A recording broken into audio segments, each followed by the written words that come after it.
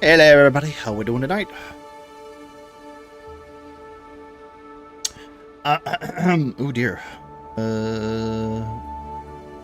Welcome in to session 28, Roots of the Forgotten Gods. We'll see how things get along. Today, we are without our main monitor today, so it's gonna be a fucking mess on my end. I forgot to turn on my light.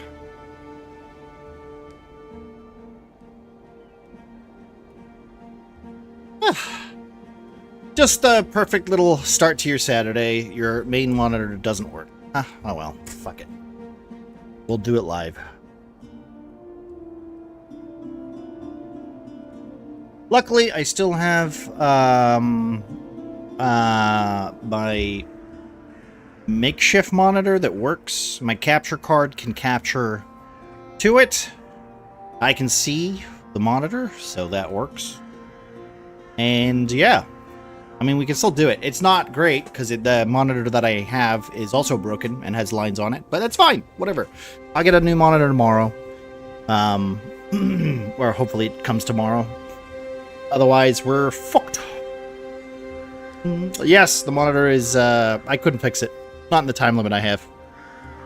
I'll maybe try to send it in for warranty or whatever, but it's fucked. It's too loud.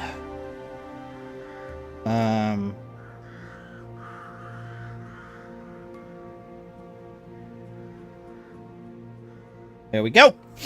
How you doing, Hobo? So today's plan is to well, continue on, hopefully.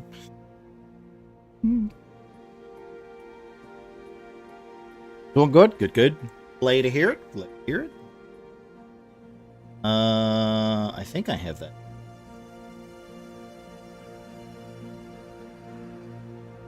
I think I've disabled all that too. Hopefully not die. Well, I mean, like I said, it's escalating. We might have to force some hands. Getting a little boring, you know?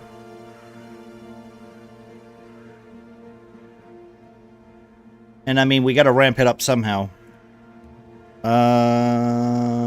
What's this? Why is this not working? Oh, okay. No, that is working. I'm just misaligned because of my camera also being smacked because of that. Go. I hope you can see my message with that screen of yours. I mean, I can see it because it's not the main monitor I use. The monitor I use for OBS is this one and this one. In that one, the monitor I use for Fantasy Grounds and computer games is this one, which is currently just sitting like upside the wall because it doesn't even have a stand. Continue on doing what? I'm curious. Well, we're continuing our Dungeons and Dragons campaign that we've been doing for 28 sessions now. This is campaign 2 of my homebrew content that we do here every other Saturday, Brian. Hopefully we'll have our players join us at some point, but I usually take an hour beforehand before we start, and I talk to chat and ask questions or answer questions. So if you have any other curiosities, feel free to throw them out. I don't mind asking. I don't mind telling.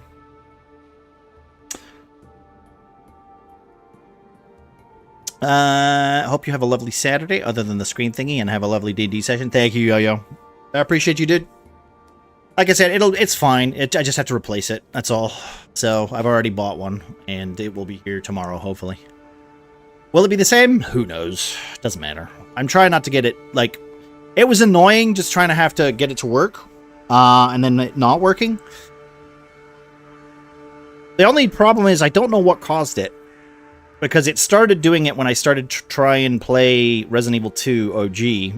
And it was like... I think it was just like me switching the hertz of my monitor to something that was not good. Because then it just started flickering, and then This all started when I tried to play Resident Evil 1. So, yeah. Perfect, I didn't miss it? Well, no, you didn't. You got, we have about, what, 50 minutes of chat, and then we technically start the game at 8. And then we go for about 3 hours. So, feel free to stick around, and we'll get into it. It should be a good one this session. If you have any questions, though, feel free to ask. Well, that was your first mistake. I mean, running it at 60 hertz on 144 hertz monitor, I thought would have been fine, but apparently not. Apparently, it led to some issues. And then the second one just destroyed my monitor. I had to turn the whole fucking thing off and unplug it. It could be something else, though. I feel like it's something else. I need to test it on another computer, which I might do at some other point, but I don't have the time to do it right now.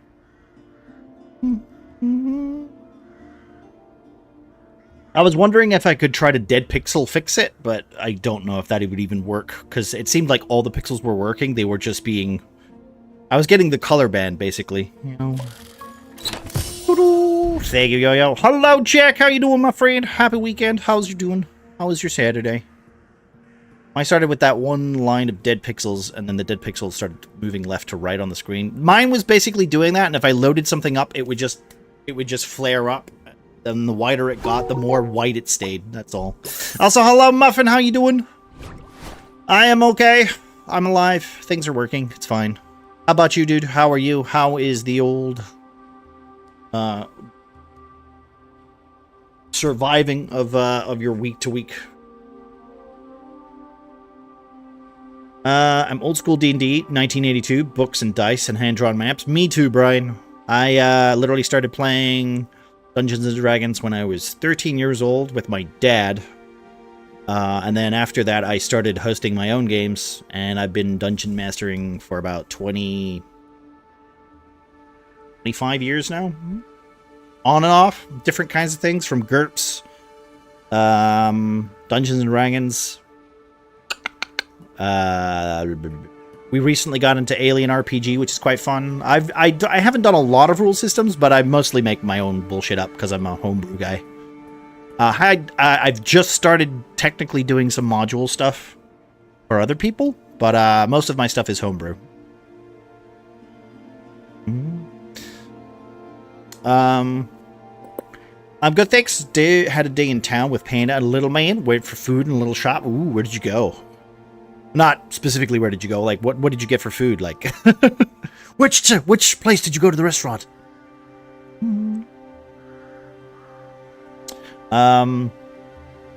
So yeah, I mean, there's not much I can do about it. I am really annoyed because that monitor costs about £300, which isn't great.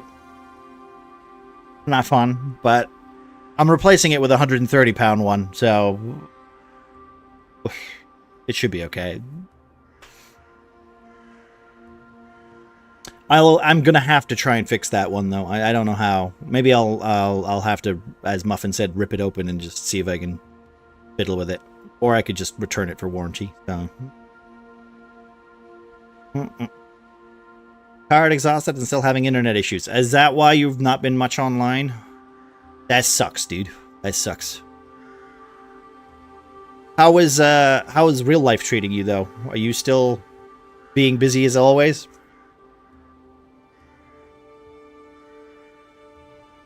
Little Man had been saying for a few days he wanted KFC, so that's where we went. Not being.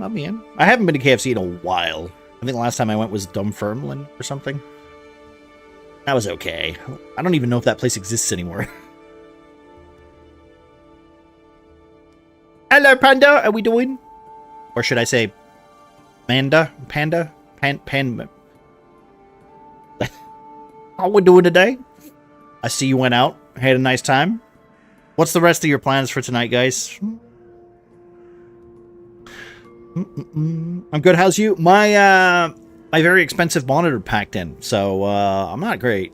But hey, I'm not playing any games today.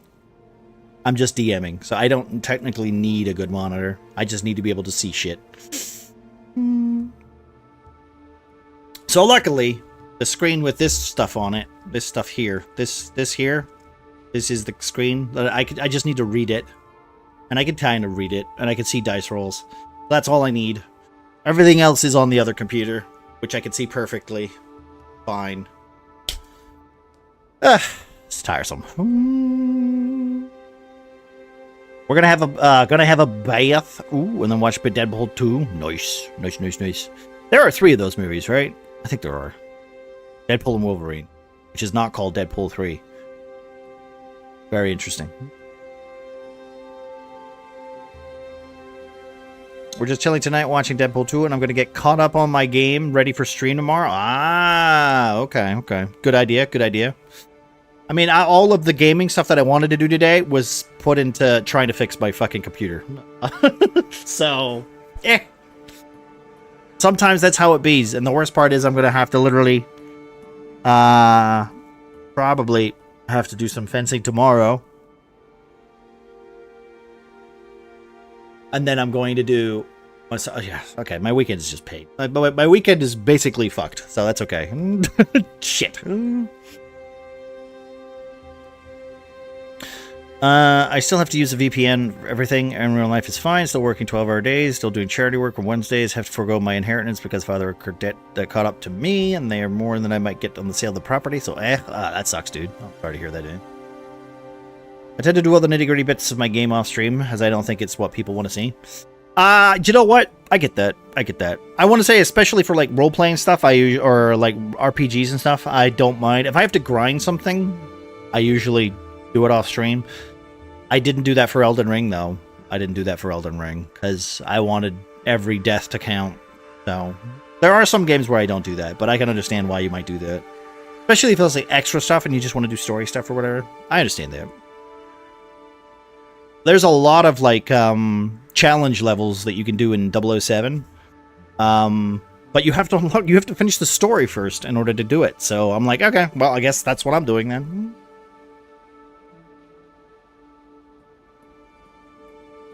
Well, also, you're like when you have the Pokemon games, right?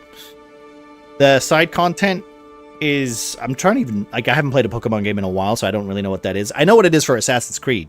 Right, for those games, because that's literally just, you know, clean up the map, right? Collect all the stuff that you need to.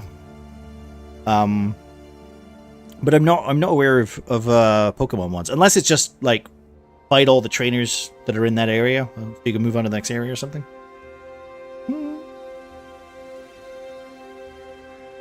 So tonight's session, as you have noted, is called The Route to Something or Other, because I've already forgotten what the title was. Second, I will tell you. I wrote it down. I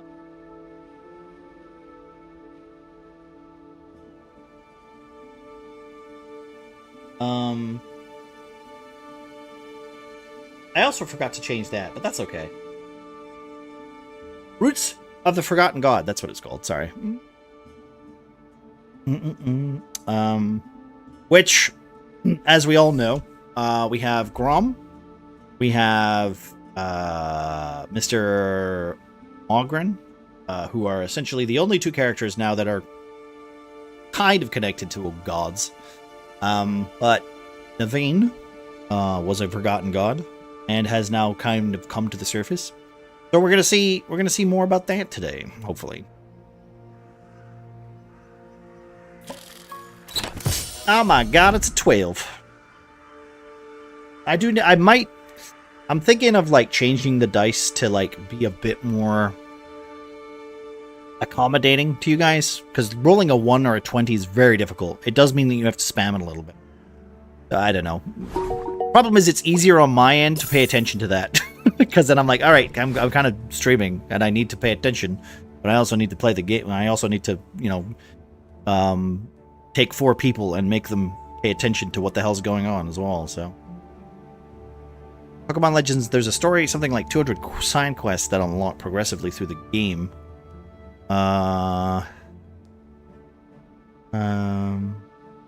Through the game that there's also the DLC with the legendary bonuses. Ah, okay. 200 side quests in a Pokemon game? Like, what the hell does that even mean? Like, Because I know, like, in red and yellow and stuff like that, you needed TMs in order to open certain parts of the map, which like kind of basically that was how you progress, right? So is it kind of similar like that? Do something that allows me to participate? Well, the dice roll doesn't even work for you. So what am I supposed to do? If you got any suggestions, let me know.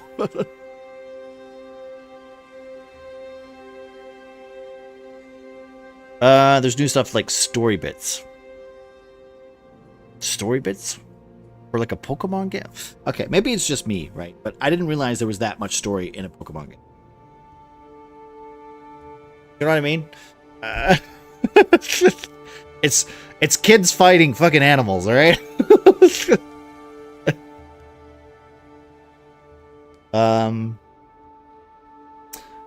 So yeah, just doing little shit for everyone. And come on, Manic, they're HMs, not TM. Sorry, my bad.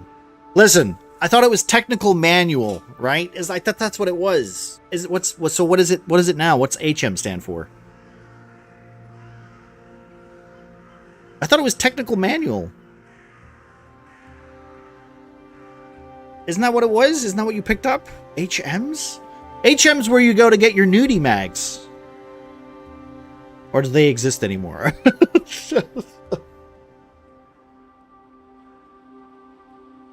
Hidden machines. Ah, okay. Technical machine. Okay. See, I grew up with red and yellow, and that's it. That's all I stopped. I stopped after that because I had to buy another console for the other game. So I was like, all right, well, I'll just play my Game Boy Mini and I'll enjoy that. Play a Pokemon game next. I do have. Well, if my new PC doesn't show up anytime soon, I'll have to play something else. I can't play James Bond on this piece of shit, and I can't play Silent Hill 2. Well, I could, but I wouldn't want to. That would just ruin the experience for me.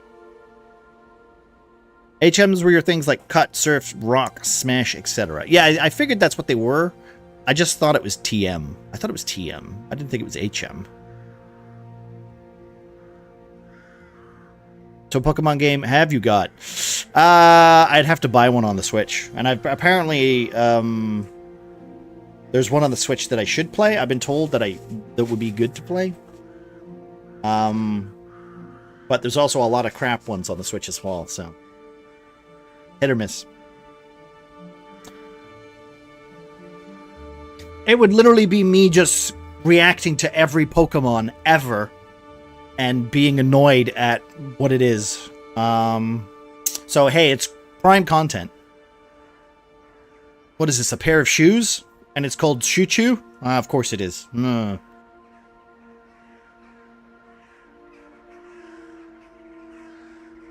But it's always been on the cards. It's literally one of those, when I feel like it, or if there's like a game drought that I don't want to play, Pokemon's there. So is Assassin's Creed. So is there was a Star Wars game I think that I needed to play. There's Dragon Age Veilguard if I'm very desperate. I mean, let me know if you need a bit of advice. I can help. I mean, I'm down for any advice when it comes to like a series that I haven't got any information about. I have no knowledge. I only have the knowledge that Snow has, and she's played some Pokemon games sparingly. And that's about it. Other people who play the Pokemon games, if I'm not directly like, you know, why would I ask any questions besides, is it good? Are you enjoying it? I know the Animal Crossing / Dragon Quest Builders game was pretty good, but that also got really quiet quite quickly. Like, people got bored of that very quickly, which wasn't encouraging. But, I mean, that is just how the way those games work. Also, I wouldn't even really consider that a Pokemon game at that point. That's more of a building game. And if I was going to buy that game, I would probably get a Switch too, and then send it to Snow, and then let her play it, because that's her type of game, rather than mine.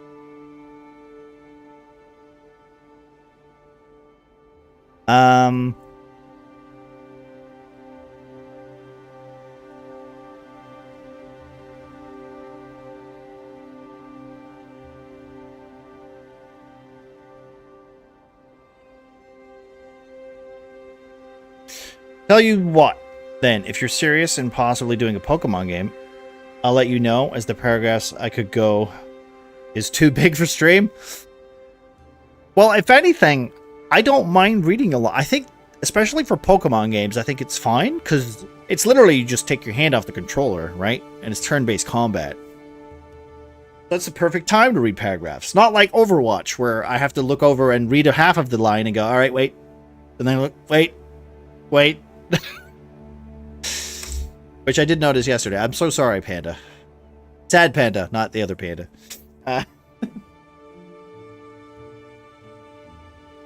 Because, like, I only know the first 150, right? 150 Pokemon. That's all. Or 151, I guess, technically.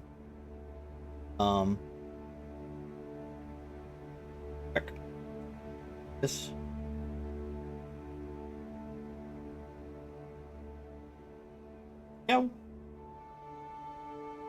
No idea if the PNGs are set up, so, you know, fuck that if it works. Wasn't working yesterday. You know the Sex Cloud one? The Sex Cloud one. 150 Sex Cloud ones? I don't know that one, no. It is not one I'm familiar with. I know Doggomon, which is a god of some sort. I don't know the name of it. I know there's a giant, like, green thing that's gotten so much attention for, you know, bad touch attention on the internet. And then there's a pile of trash. There's a snow cone as well, I think. So these are all Pokemon that I'm like, these are jokes, right? These are jokes. Like these were made as a joke. And I'm sure there's some hidden deep lore, but I don't know it. Like I said, my favorite Pokemon used to be what did it used to be? Jesus. Was it Nidoking? I think it might have been Nidoking. Because I had a Nidoqueen and I had a Nidoking. I had a Pikachu, I had a Pidgey, or a Pidgeot, and I think I had... Was it a Beedrill? I think I had a Beedrill as well. I'm trying to think of my old team. I kind of wish I had my... I kind of wish I had my my old like case and my old little cassette, just so I could plug it in and see what I actually had. Sent you the clown one. It's called Enamorous. Is this made up? This sounds made up. That is just a pervert in a cloud. That is literally just a pervert in a cloud. That is literally a villain from Dragon Ball Z. He's doing horrible things to Nimbus. Okay? That's all that is. I don't know what to tell you. That's nasty. Hey, do you know what we could do, actually, real quick, while I try to figure out if this is actually, like, working or... A shout out for a couple people, shall we? Nothing's working anymore. So... Do I even have shoutouts on this page? I might not. Give me a second. I'm going to switch to this page real quick. So, that looks like that doesn't work. Well, that's good. No clip still? No clip still. Okay, good. I'm going to have to change that, I think.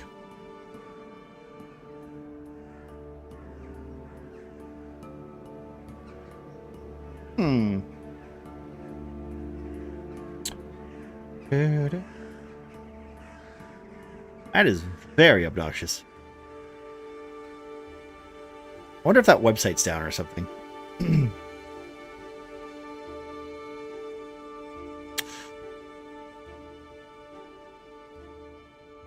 1,025 Pokemon to date, with a new region coming next year exclusively on Switch 2. Oh. How many have they already said? How many are coming out with the Switch 2? Is it going to be another 150?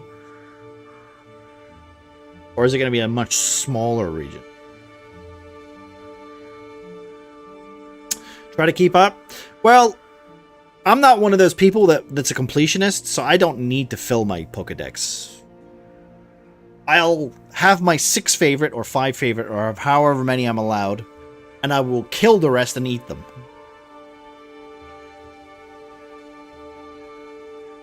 Hello, Terry! How we doing, mate? How's your weekend going, dude? They had like 200 on average? Really? Jesus. Okay, I would have thought... You know what? If they had 200 per game, quite good. I will admit that probably explains why there's a lot of rubbish ones, though.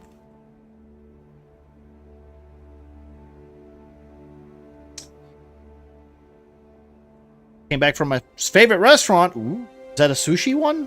I know you like to go and get sushi. There.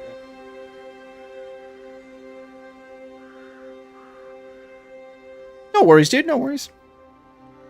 I don't know why that's not working. I wonder if I can fix this.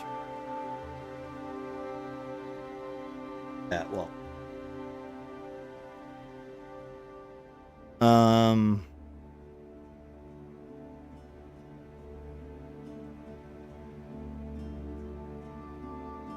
Shit, I need to look that up.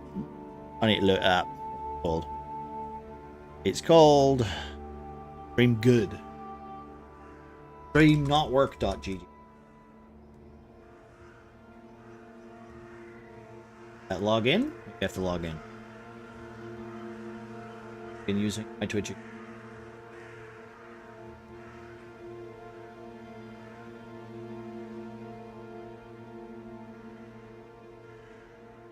June 25, you can now add any clip, not just your own, so you can highlight your streamer friends. Oh, wow, that's cool. If only it fucking worked. Dashboard. Widget.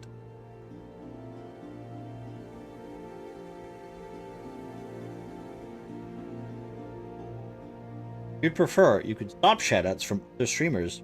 Use the shoutout good shoutout player. What? I'm so confused. Alright, what about the filters, appearance, triggers? Yep. Copy that and we'll paste it in here and see if that does it. That's the title to the stream, dumb.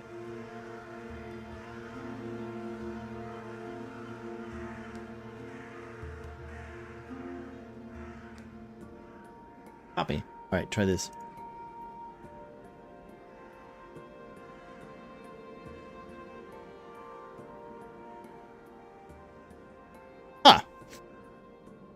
Piggy Rex, hello! Welcome in.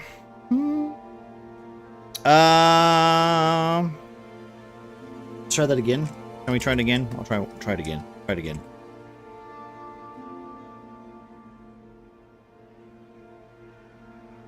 Nope. Still not working. Well. I guess I'm gonna have to look for another shout-out thing. Okay, wait. I'll probably have a look at that tomorrow. Have you checked out any of the Russian events stuff I sent you the link from? You sent me a bunch of links, Marvin. Did you send me anything recently?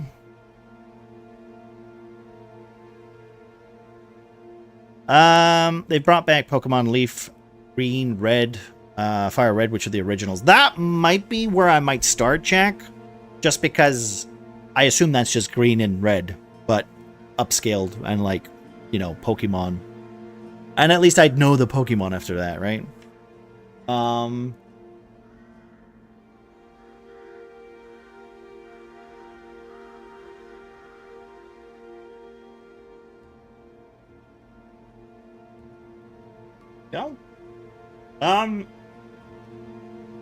You sent me, like, I mean, you linked me a lot of shit, dude.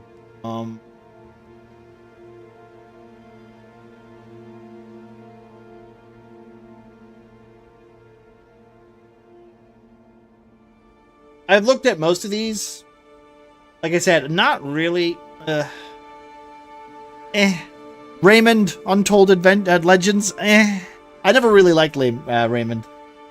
Or Rayman, I suppose. But yeah, now the other stuff, I'm not.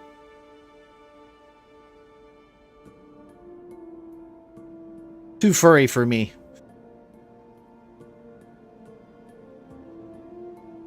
Like I said, I like mine with a bit more polish to them. My indie game is, I don't know. Indie games have to do a lot to impress me. I kind of don't care for them. They're kind of boring in my department. If it's an interesting game, it's an interesting game. But I like spectacle. I don't particularly enjoy the, you know, indie-ish games.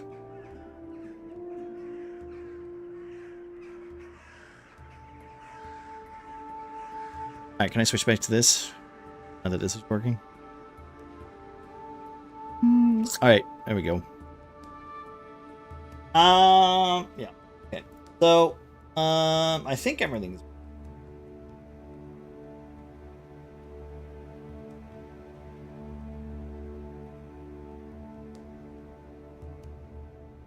My, my goal, okay, is to figure out how my good old players here are going to, oh dear, where does this come from? How they're going to end up killing, well, stopping a rift or a rip in the, what's the plane called again? The material plane. Otherwise, we're going to be in a big bad situation.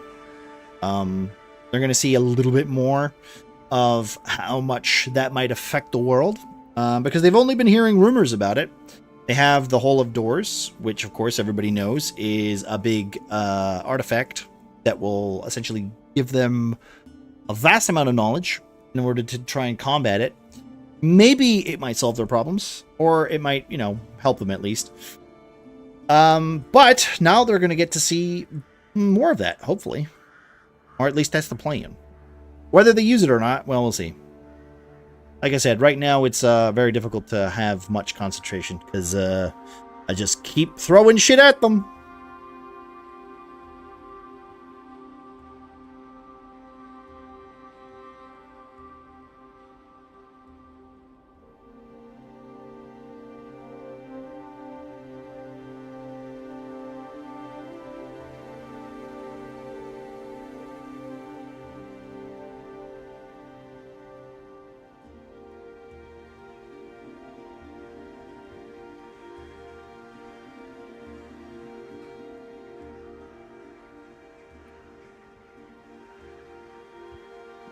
Hola.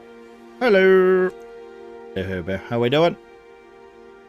All right. How's your weekend been? You know, it's actually been quite slow today, which has been nice. Oh, cool.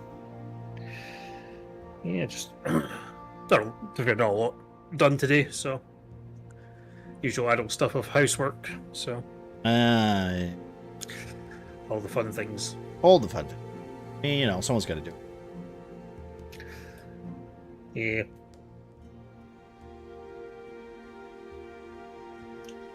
What was the last time you played a Pokemon game? I think the year started at like 97. Same time as me then. No, so I think Silver or Gold was the last one I properly played. Was that on Game Boy or was that on DS? Game Boy Advance. It was on the Advance, okay. On Advance, yeah. Yeah, I had an Advance, but I never played the Pokemon game. Yeah, Hello, Bane! Yeah, I think I went up to like 250 Pokemon, but that was about it. Is it 250 by that point? Something like that. No. No. Silver and Yellow. No, Silver and Gold were. They were like the direct sequels to like Red and Blue, right? Or was it Shadow and Light? Because that's the ones that I remember when they came out. But maybe it was. Maybe it was Silver and Gold. That's what that was like with the weird Zapdos creature, right? That looked like a weird Zapdos or something. So Gold, Silver, and Crystal introduced 251 Pokemon. Ah, wait, no. Did it introduce 251, or did it add it up to 250? Sorry, it added an extra 100 to the Okay, already okay. You see, existing. that sounds about right. I was gonna say, if it added 200, fuck me. Yeesh. Just took a little nap. Ah, no worries, Bean. No worries. Like I said, we got, what, 15 minutes or whatever for people to pop in, so. Anna Eel Maklov. I can't say your name. Anna, hello. How you doing? Welcome in. How are you today? Oh, stabbing myself. I know Alpaca's around. He's connected to Fantasy Ground. So I assume we'll be seeing him at some point. Now, so what are your expectations for today's game? Honestly, hopefully get to the orphanage and at least begin to unravel that. Well, But that's the thing of it's to get there. That's the fun part. well, I mean, it's not too far. No. Not too far. Takes about, what, a couple hours? There might be a little intrigue as we go, though. You and your intrigue. Well, I like to make it interesting. Oh, of course. I mean, what would be the point otherwise? You see, now the funny thing is, I don't know about you guys, but whenever a god calls you son, do you really think it's your actual dad? Or is this just a Marcy thing? Okay. You just call anyone's. My granddad used to call anyone's son. Well, no, it's just like a Jesus thing where he's just like, all right, son, you know, you're like, he's not your actual dad. It's just you're just a follower of said god, you know, and he just. You're not gonna give Marcy a complex. She's like, I am the son of God. Yeah, well, yeah, that's what I mean. Most people do when God talks to them.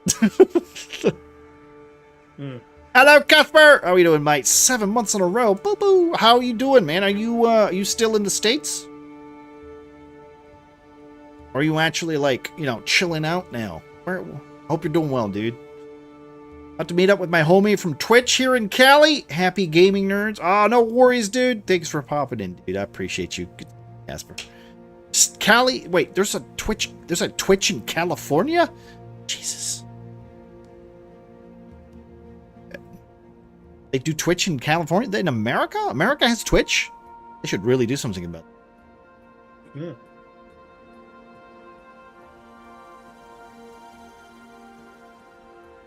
Oh, gentlemen. Hello, Alpaca.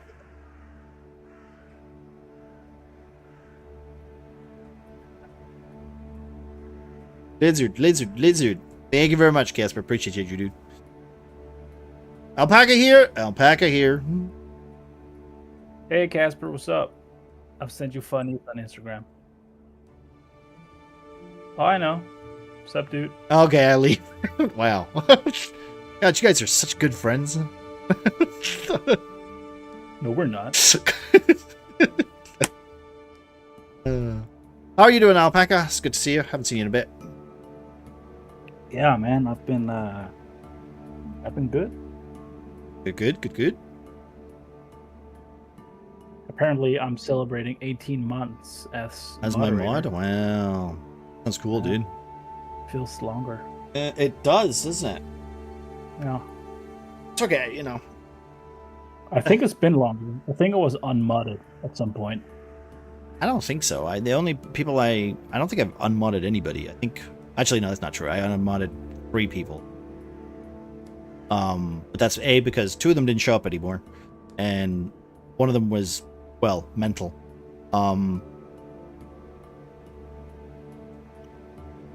So yeah, no, that's about it. Limbo? Wait, is Limbo a mod? I don't think Limbo's a mod. I never made Limbo a mod. I'm not stupid.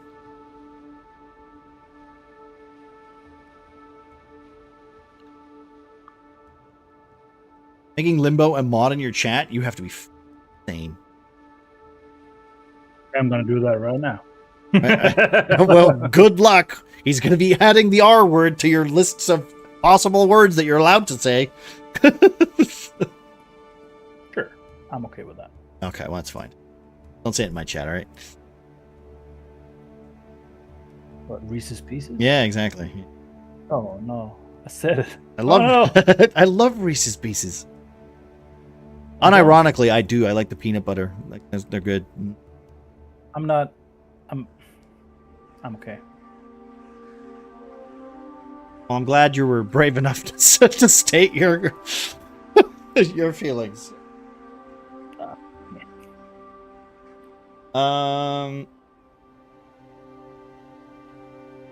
Reese's Pieces is a thing that exists. And Yes. I'm okay with that. I mean, I'm alright with it. I mean, the peanut butter flavored versions of those, I actually quite like. But it's like a dry peanut butter. It is, Yeah. but I think it matches with the dark chocolate. Imagine if it was like a wafer, not a wafer, a biscuit, Okay. and then it was like a layer of runny caramel, and then smooth peanut butter, and then it was inside the chocolate cup thingy. Okay. No, that would be a treat. Okay. Millionaire shortbread, right? Yeah. Just instead of dry, just gooey shortbread. Well, you gotta. Yeah. It depends when you get it, though. Depends when you get the millionaire shortcake, right? You can get it like quite runny, or you can get it like thick as glue. I've only had the pulling out your teeth kind of. Oh, see, that's why you need to come to Scotland, where we have the soft stuff, and we have. All right, Yeah. hang on. Give me give me a few hours. The hell are you talking about? Have you never had the dark chocolate version of them? Oh my god! There's listen. The worst part, if I told my wife right this instant, Yeah. that let's pick up everything and just go to Scotland, she was like, "Okay, I'm packed, I'm ready." I'm ready to go. Yeah, but the problem is, if you showed up, you're like, there are no cows here, and I'm like, I'm sorry. I live in the wrong place of Scotland. You're not. I'm looking for Nick. Yeah. I know. Yeah. The Reese's Pieces. Yeah, but they get a shell around. Okay, well, I don't. We have a version of them here, right? Biscoff dairy milk. It's the coating. Is it all milk dairy? Yes, but like Biscoff is really good though. I recently have like a cinnamony biscuit. When I literally went to Denmark, that was when I had realized that Biscoff was a thing, and it was on an airplane. I was like, "What is this?" We have Biscoff like treats in Denmark too. Yeah. It's called the Dunje. Hmm. They're like these cinnamony crackers thing. It's very popular. Very delicious. So you can cover anything in chocolate.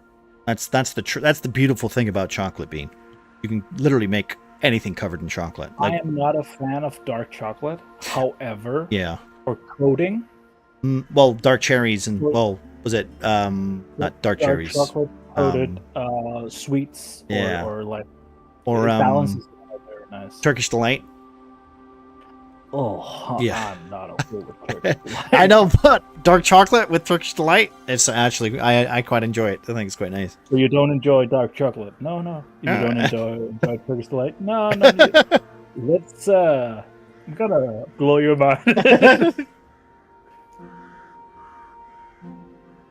Yeah, Apparently Marcy got pulled over. style.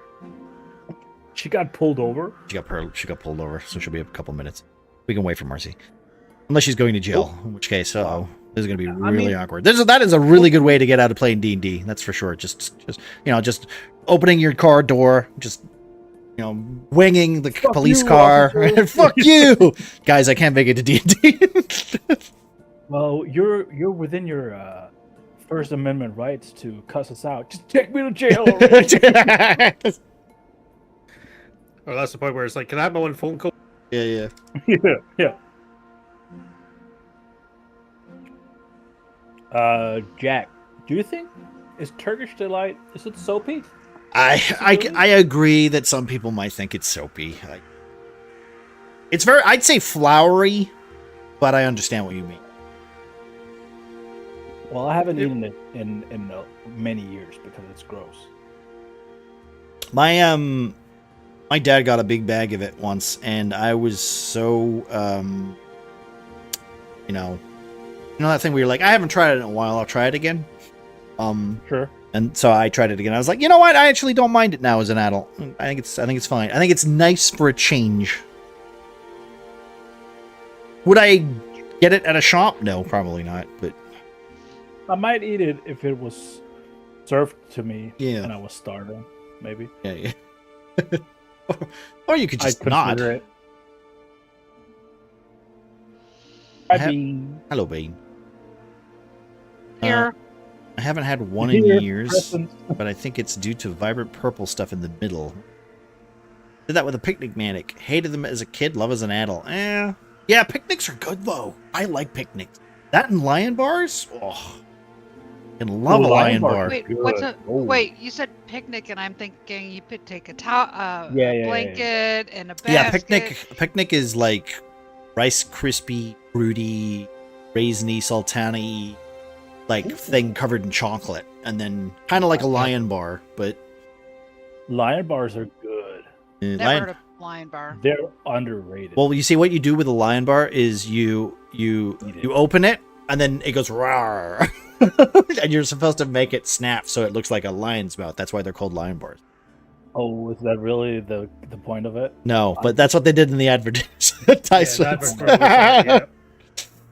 And it was I always remember Mars bars as being lion bars, sorry. Yeah. As being like, oh, there's these gooey biscuity sort of thing, and then I eat one, it's like, oh no, wait, it's actually kind of dry. But it's good though. It's good. Well, because my dad and my mom, they used to take all the chocolate stuff and put it in the freezer so it wouldn't melt. And I'm just sitting here going, well, you don't get the roar. I broke it. I broke it. So we have I have no idea what a Star Bar is. I don't think I've actually heard of a Star Bar before, Jack. What's that? We have Cadbury. It kind of looks like bananas. In Denmark. Looks like a Twix bar, but is it like a Twix? Chocolate type milk flavor, caramel chocolate. I know. What are they called? Timeout. Sorry, Alpaca. What were you saying? Sorry. We have some treats. We call them foam bananas. Oh yeah, we have those. Yeah. Foam banana candy. Yeah, it's really foam good. Banana. It's really fun. Oh, are they kind of like circus peanuts? I think so. I think they're very similar. It's It's the same. Yeah, it's made of like a fondant kind of like. It's like a marshmallowy. Yeah, very. Yeah. It's not hard. It's no, harder than a marshmallow. Stiffer than a marshmallow. That's why I say it's like more of a fondant-y kind of. Yeah, no. I'm trying to think. It's like a gelatin, right? It's the okay. Bananas are considered marshmallow banana candy. So do you know the gelatine? You know when you get the jelly stuff that's see-through, and then you get the white stuff that's next to it. You know what I mean? It's that stuff. It's more of that stuff. It's more the whitey stuff. If you get like those little gelatin candies that are like the fried eggs. Are you thinking nougat? Oh yeah, that stuff. No, well, it's not necessarily. No, it's not nougat because nougat is nougat. But anyway. Anyways, but you can get those in like a miniature version as well. So instead of them being like 5 centimeters long, they're like 2 centimeters long, something like that. Do you have the same problem with circus peanuts that if they good. You can put get them in too the hard, freezer. like if they get stale? Do you have But these like circus peanuts, it's still good. Yeah. Circus peanuts can get stale, and then they're like, break your teeth. I feel like you're gonna eat two. What do you call them? What peanuts? Circus. Circus peanuts. Yeah, look that. Google that. Circus peanuts. It's like that. No, I don't think it's like that at all. It might be. I do. They're marshmallow candy. It's the same thing. Well, I think it's too specific. And remember, it's like it's a marshmallow, like a hard candy. No, it's not hard. Candy. It says here. Well, maybe it's because it's translated. It could be. Filled with caramel and crushed roast peanuts. That sounds good, Jack. That sounds good. I like roast peanuts. Firmer than a gummy bear, but like chew it. Oh, I'm gonna send. I think me and Snow's gonna have to send you a care package, and you're gonna have to eat all of the foam bananas. You know, it's funny. I still have, but I would love that. I still have my my what are they called? The Svenska dollar. Yeah. The nasty licorice. The licorice. Kronenbourg?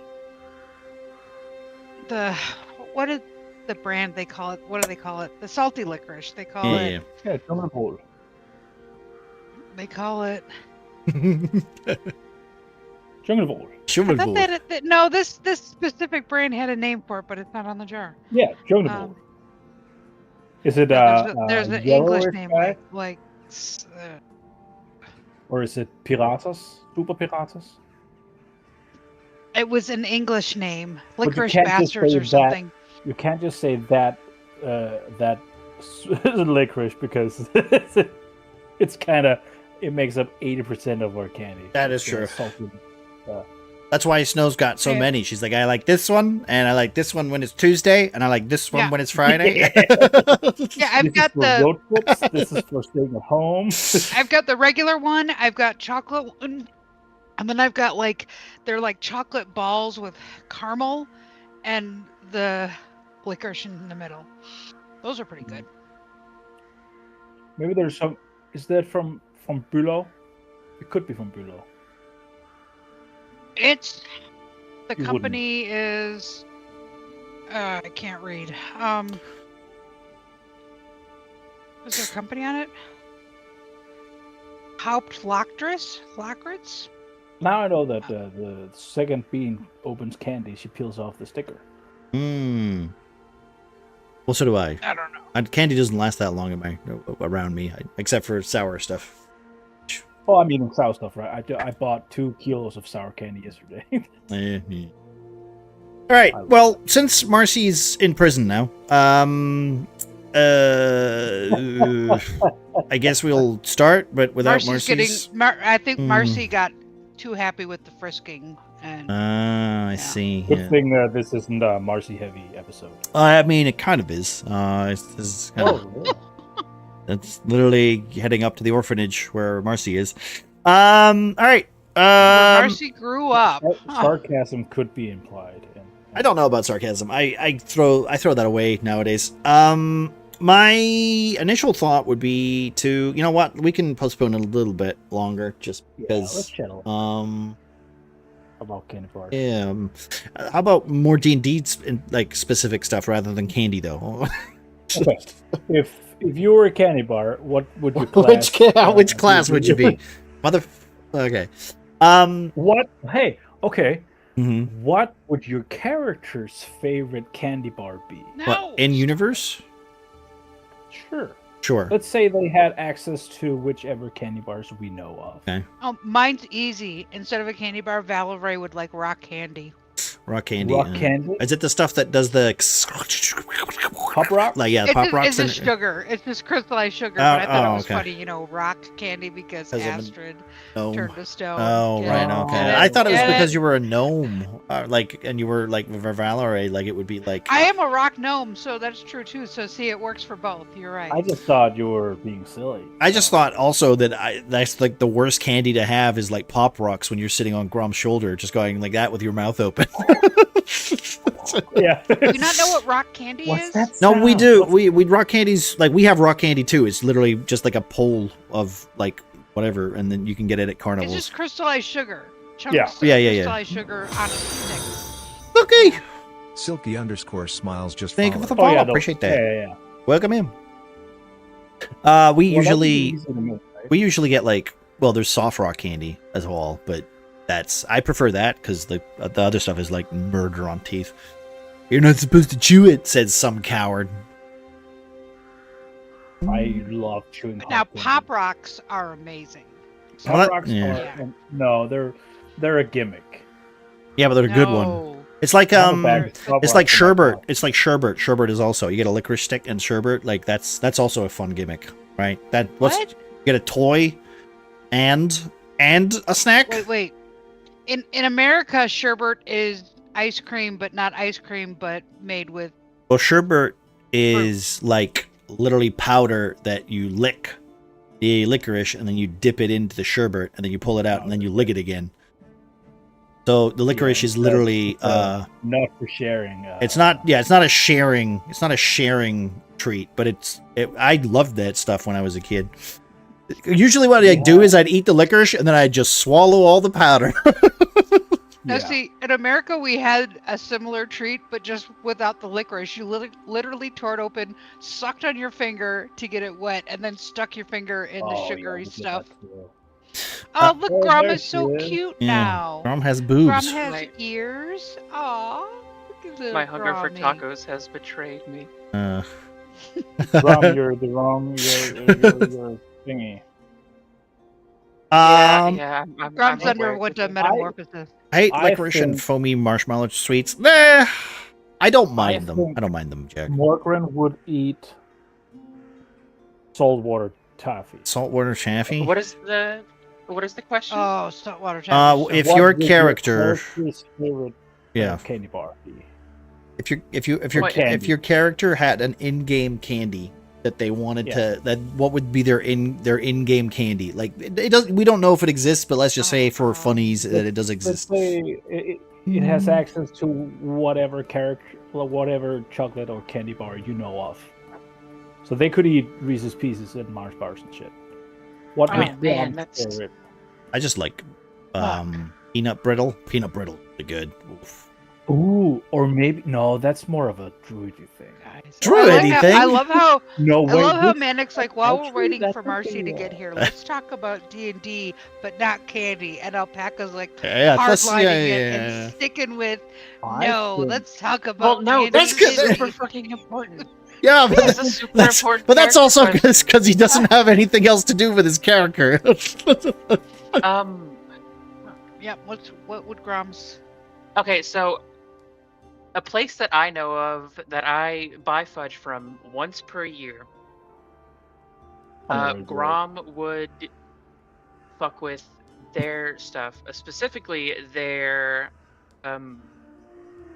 candied fruit peels. Candied fruit peels. Ooh, that's nice. That is nice. Yeah, it's all homemade, and like they have these bits of fudge that they make. Some of them they infuse with like liquors if it's cold enough for it not to evaporate out. But good they'll have some that are liquor based that have like candied fruit peels in them, and they're so good. Love candied fruit peels. They are so fucking amazing. Candied orange peels is to die for. So like candied orange peels, like mixed with a dark chocolate fudge that is mixed. Oh, dude. With like different spices and seasonings to make it spicy at the same time. Oh my god. Oh my god. Candied orange peels is the only time one of the very few times I like dark chocolate, because those coated in dark chocolate are freaking amazing. Yeah. And see, this is where dark chocolate is just superior because it's always tastier than regular chocolate. That's a lie. Anyways, I think maybe a candy, or maybe not a candy, but a treat that Morgan would enjoy. Mm-hmm. I feel like he could have learned this from being a sailor. Airburst. We have it's a licorice root. Oh. It was very, very Licorice popular. root? Yeah, What's it was that? very, very popular. It's literally a root. And when you chew it, it tastes like licorice. Hence licorice root. Got it. Hence licorice root. So he just chews on a stick. Yes, Tastes exactly. Like a cinnamon licorice. stick almost. But it's softer. Okay. It's not as hard. So and it's very, very fibery. So it's kind of like Ginger. Yeah, kind of like ginger actually. Oh, like a ginger snap kind of. But it wouldn't break. It doesn't break. So you can just keep chewing it, and it just gets softer. So and really, mushy. really unprocessed gum. Yeah. So he's a gum chewer. Yeah, that's about right. You take it off, you chew it Honestly, a little bit, you that get the texture flavor, sounds fucking grand. and then you just pocket it. And then a few hours later, you can put it up, like pick it out of your pocket, chew it a little bit more, and Okay. just put it back in your pocket. Just so never ending. Just so that we're aware that No. when Mogren finally dies and you loot him, that's all you're gonna find in his pocket. 5 pounds of licorice root. It's 5 pounds up. of licorice root in one Licorice pocket. root. 6 gallons of fucking incest. The other thing is that the licorice root is going to be covered in like lint from these pockets. Yeah, exactly. Oh, yeah. Yeah. That's which one is his favorite. It has the most lit. Oh no, he likes it linty. Oh yeah. Thank you very much, guys. I will do those on Monday, by the way, but I'm not doing them now because I need to not eat sour candy while I, you know. Hi, Yo-Yo. Welcome in. You see, the joke is, by the way, the joke is that like the whole point was he went to a vendor and he asked for 6 gallons of incest instead of incense because he's a cleric who needs incense for his little censer. It's a very fun inside joke. I think I asked for 1 gold's worth. Yeah, 1 gold's worth of incest. And you were like, that's like a wheelbarrow. Just like, eh? Hauling it around. Yeah, you need like a, I don't know, fuck. Oh, it's funny. You use like 10 grams every time. Yeah, 10 grams. You just get a fucking wheelbarrow full of it. This comes in with a wheelbarrow. All right, where do you want it? That's too much. What? That's what you asked for. I've been shopping all night, man, to get it ready for you. All right. You know how long this stuff takes to make? Do you want to finish our conversation, Hobo, by telling us what fucking treat Hobo would eat, Ernie would eat before we continue? Yeah, come on, Ernie. It's extremely important. Apparently.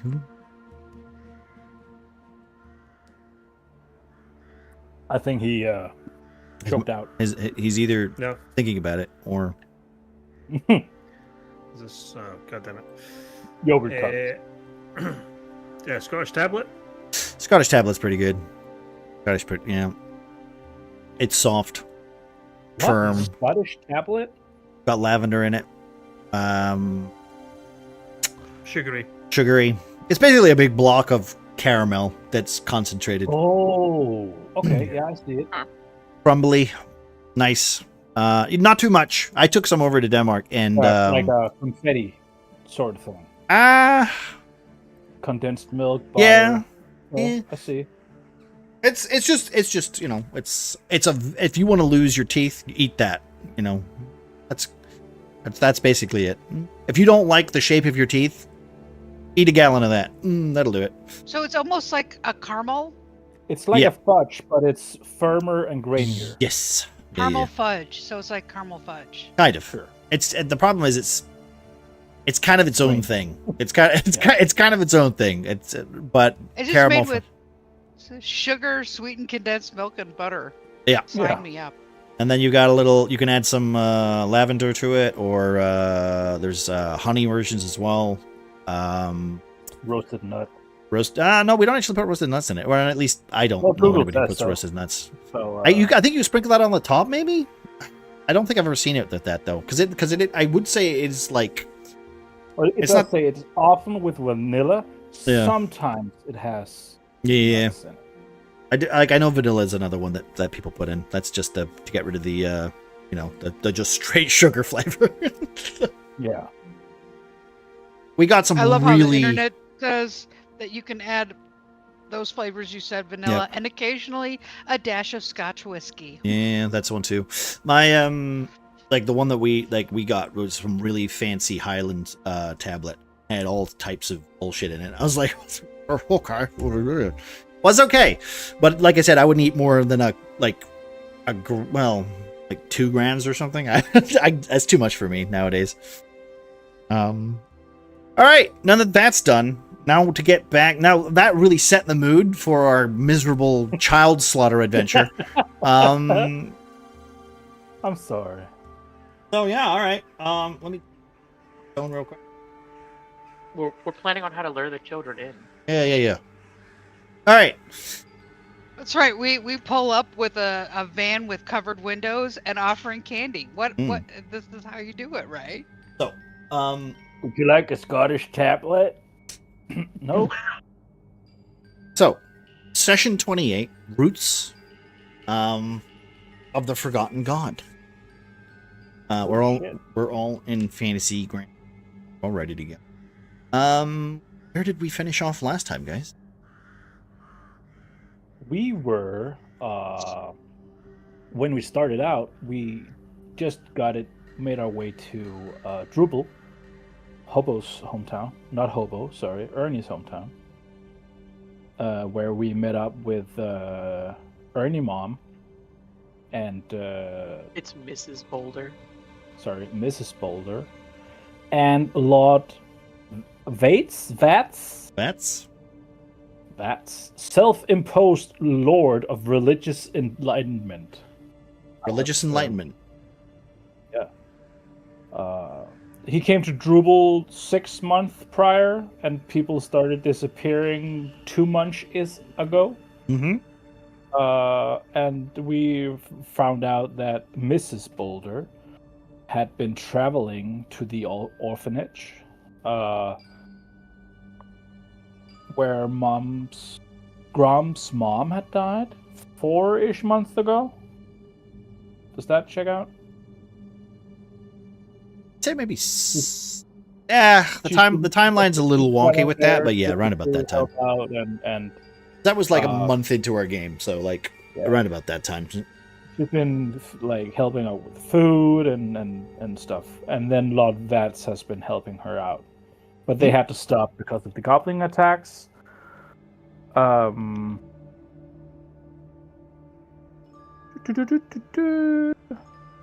And then Lord Vats mentioned something about chanting at the old orphanage, and his old friend had died there, or he found him, and then we learned about Grom's coin, which he carries. He was gifted that by his mother, right? Or sent by his mother. Grom can tell more about that.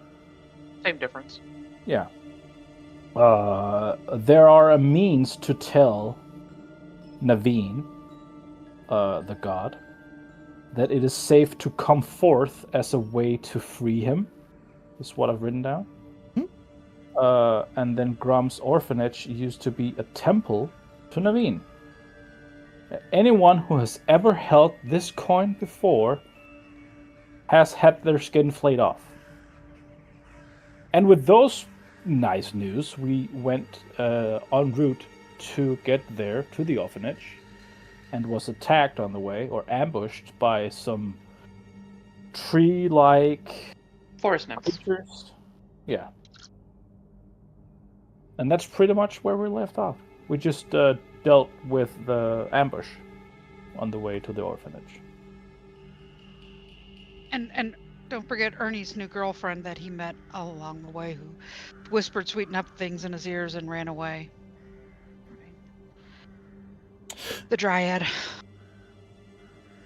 I must Valivre's jealous. At that point. Not that I would do such a thing, but... Yeah. All right. Well, the climb begins like any other. Pine trees sway in the cold wind. Snow crunches underfoot as you make your way up the mountain. It is technically still late summer, as you were. Well, not late summer. No, it's more early autumn / yeah, it's more early autumn. So the fact that there's snow is a little different from. Snow is usually during the winter periods. But yet again, seeing this place where you have been brought up, you visited every so often, the seasons changing as they do. This isn't quite unnatural, but you do find yourself slightly, well, if you felt the cold, slightly chillier. Your party members literally are feeling the slight breeze of a winter chill as you make your way up the mountain towards the orphanage. This is where you start to feel the trees bend inwards unnaturally, their trunks twisting like rib cages as you further climb the mountain. This is when you also start to see that the snow that you're stepping on, although not thick, not like inches thick, more like just kind of a sweeping like coat, like covering the stone, goes from a crystal white to a almost dark like tinged pink, as if the mountain itself is bleeding. This also is when you start to realize that the cold chill starts to warm. You feel you're very well, Rob. Unfortunately, you don't feel any of this, but everyone else does. As you start to feel, can I at least hear the crunch of the snow? You can hear that. Yeah. You don't feel it though. Oh, okay. At least I get something. Yeah. Fuck. So, but you do then start to realize that the crunch of the snow turns to almost like soft squelching, as your feet like squish into like what seems like wet snow, but as you look below, you can see the pink, moist, flesh-like skin coating these rocks and paths. Even the grass itself seems to have tendrils kind of twisting around as you continue your way up the mountain, as if the very world itself has been shattered in places. I swear it wasn't like this whenever I was growing up. The atmosphere seems to get warm. Your clothes start to cling to you. Sweat collects on your brow. As if the entire atmosphere has changed from more brisk winter walk to a more jungle-like, humid, almost like a entrance to hell. Huh? Well, it depends on your version of hell. Uh, Skid, I will also say that the skyline itself is turned from what a bright blue or into like almost an orangey kind of tinge to the very light that you see bleeding through the lines of the pine trees in front of you. The further you ascend, the more heat seems to generate around you from the floor above. The air in your lungs starts to catch as you find yourself breathing quite hard.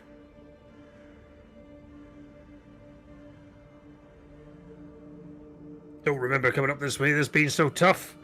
Ugh. What are you guys panting for?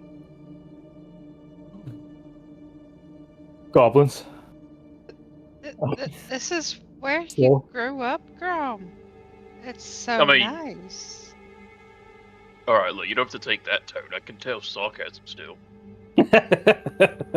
And by nice, I mean absolutely terrifying. I Am had I walking on skin? This feels an awful lot like skin. It's so disgusting. it is skin. Okay, It well, feels like skin.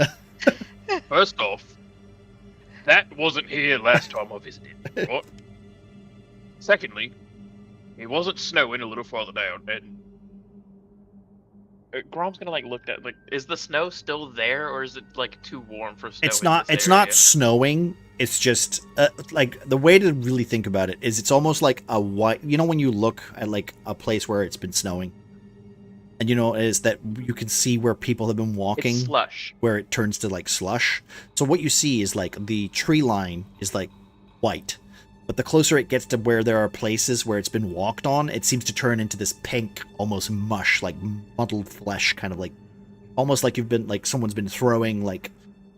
Or someone's been running through it and creating like splashy spots and like bits of darker red and purple and pinks. But if you, I mean, you can do a perception check if you want to see if it is actually snow, but I'm just describing snow. Absolutely. Let us see. This is really terrifying. Yeah, well. I mean, you're literally trying to stop a portal to hell or whatever it is being opened, so, I mean, you know. That could be John. With a perception of 17? 17, am I able to discern anything? I will say with your 17 that you can see that this is not natural. Well, I mean, fuck, I already got that part. Thanks. Well, you gotta Like this summer? hey, with perception, that's what you're gonna get. If you want to pick a different skill, go for it. You mentioned perception, so I rolled perception. Yeah, that's fine. Yeah, no, I thought you were telling me. Listen, to roll I don't really like to ask for rolls unless I need to translate what you want to do. But this goes for everybody. Grom is Remember? gonna attempt to do something that he's not very skilled in. He's gonna try to roll investigation. So he's gonna like kneel down. He's gonna like press his fingers into like the You remember the last time you did this? dark pinkish. No, I don't. Therefore, we're gonna go for it regardless. Well, Muffin's not here, so it's fine. Wait a minute. I feel like this is a hint to what happened. Got pulled down the Anyway. hallway and then thrown into a. Never mind. Fine. All right. No, I remember that one. But yeah, no. Grom has forgotten about that time. I It's just been a want to couple touch the blood. Yeah, I just want to see. I'm pretty sure it's blood. I'm just gonna scoop Anyway. up a little to bring with me and I'm gonna drink it and see if it's no. roll. months. He kneels, like, goes to smell it, can't smell anything. He's like, Oh yeah, forgot about that. Yeah. I mean, it's got some sort of. It's almost filmy. Well, how do you want to investigate it? You're putting your finger, like you're trying to collect some with your hand or something. like he's dipping his fingers into it. He's like rubbing his thumb against it. He's like, All right, seeing if well, it's it sticky, trying to almost- figure out like what. As you like go to like rub your fingers across it, it feels almost like grease, like fat that you're trying to like squish off of like your steak or something. But only then that you feel it kind of like disintegrate under the pressure that you're pushing on it. That's where it kind of like bursts and kind of just spreads, and you just see like little bits of you're not entirely sure what, but like little bits of like filament or something that seems to be like kind of a different shade, kind of just almost brushing out and spreading. And you can then see that the white parts on the nearby path kind of like just spurt, and it just kind of like creates like this kind of dash effect. Almost as if you stepping or intruding on it seems to have kind of spread this kind of ichor, this kind of Ew. diseased corruption. Grandma, Right. are you the kind of child that like would poke dead animals with sticks just to see what was inside of them? Is that what's happening here? Well, no, but I mean, the occasional bandit got poked, but that's different. Does anyone else want to do any checks? Yeah. We were by all checking means, to please don't see let the idiot do it.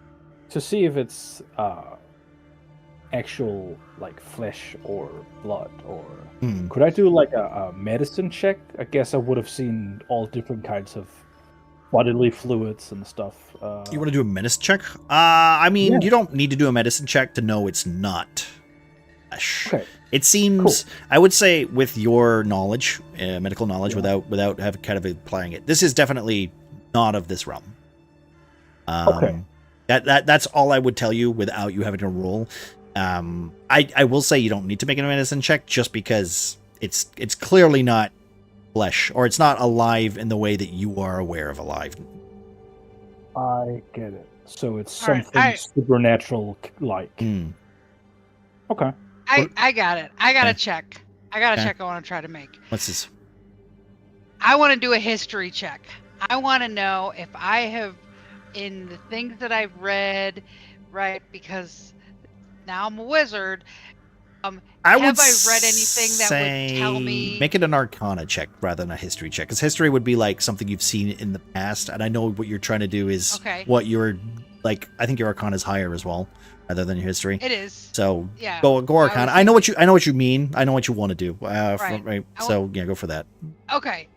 Yeah. So based on things that I've, Yeah. I've read, Your 'cause obviously Arcanic it's here knowledge. because of magic. Oh yes. But is it what is this what we're thinking, like the entrance to hell, a portal by tieflings, that kind of thing? Yeah. Mhm. Oh, I was gonna do a thing. Never mind. What do you want to do? No, I wanted to be a cleric and actually use guidance, but it's okay. We can do it. Hey, listen. I don't think I've used it yet. Yeah.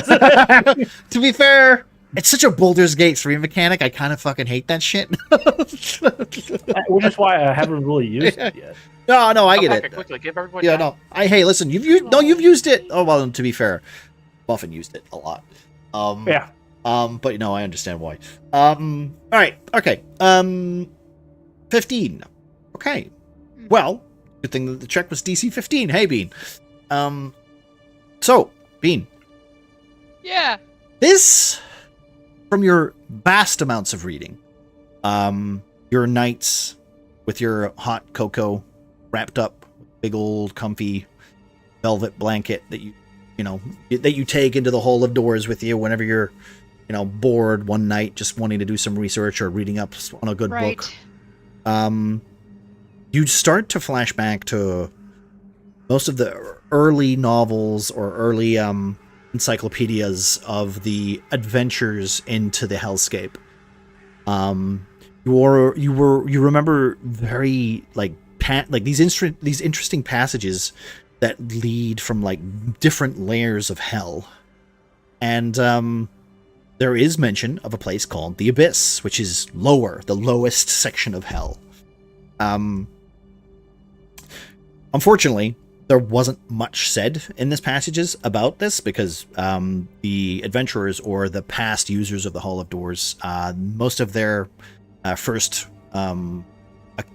look accounts on this were very limited because anybody who had seen the Abyss themselves had clearly gone mad, or they had locked themselves away, or ended up killing themselves. Clearly, just the sheer presence of the Abyss itself had a horrible effect on the mental psyche of humans, wizards, all races from this plane. There is, however, one passage that you do remember, almost kind of comes to the forefront, and you clench your hand tightly on the hilt of your sword, or book, depending on which stance it's in right now. And then the phrase that comes to mind is planar bleeding, which is the Abyss is so far down that the chances of it touching this plane are remote. They're in 0.1% chance of happening. I'll wait for my little dance first before we... Thank you, Drilla. Hey, Drilla. Thank you. So what you're saying is yeah. what I'm seeing is impossible based on what I know, that the Abyss is here. I let me finish. Sorry, I stopped because of the Okay. because of the subscription. Thank you. But so the planar bleeding is almost like an impossible event, right? But you are also aware of another impossible event: the fact that portals to hell can be created with a vast amount of energy, a vast amount of magic, and partly the tieflings have an ability to be able to open gates to hell. That being said, though, why couldn't the same possibility be true of other places, not just to hell? What about the far lowers? Gates to hell, because if there are multiple layers of hell, what's to say that there isn't another way to get somewhere else, right? Okay. So planar bleeding, the segment, this little portion of the book that you had to come back to, seems to be like an effect where a gate necessarily doesn't have to be open, but the very essence of it trying to be pried open allows for the very plane to spill onto the plane that is being almost forced upon. And that is the term planar bleeding, where parts of the world, parts of the site where it is happening start to almost transmogrify into this plane itself, or take characteristics from the plane that is trying to be opened. So while I'm thinking about this and remembering my time in the orb, I disappeared. I'm in the orb. God damn it. She does this every fucking day now. I swear to God, she does it on purpose. And I pop back. Damn, didn't mean that. And then I relay everything you just Yep. said to everybody. There's no need in me. And that's when you suddenly go and you land squelch like back into the back into the floor. It's Neil in my standing there. back. So something is clearly trying to open a gate and it's not working, and that's why the planar bleeding is coming through. Because it's like, right. Give me a right, religion understandable. check, by the way. Alpaca. Yes, please. Do it. I'm gonna be yelled at by my god in a minute. Like, why aren't you hurrying up? Nope, I'm not. Oh, Wait, quickly cast guidance on yourself. Oh yeah, right. Yeah, you know what? I'll allow you to cast guidance on yourself. Roll a d4. Thank you. Hey! All right. 11. Okay, luckily it's a DC 10. All right. You do like as you hear the voice of this young Valavray, this gnomish lady, kind of spilling this little arcane knowledge to you. Most of it's white noise. You're not realms and what? Like, there's only one realm wherever your god's from, and what are you talking about? This is all weird. Like, what do you mean planes of hell? What do you mean hell exists? You've heard of like, why do the dead come back to life? You have your own kind of mythology when it comes to how the dead are treated and all that such jazz. But you do hear the light hum of your god kind of whisper in the back of your head, saying, "This is not a breach. This is a breach." Mike?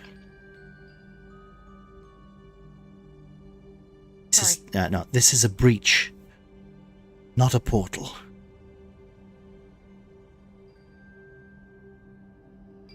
I think it's a breach, not a portal. That's all you get with a 10.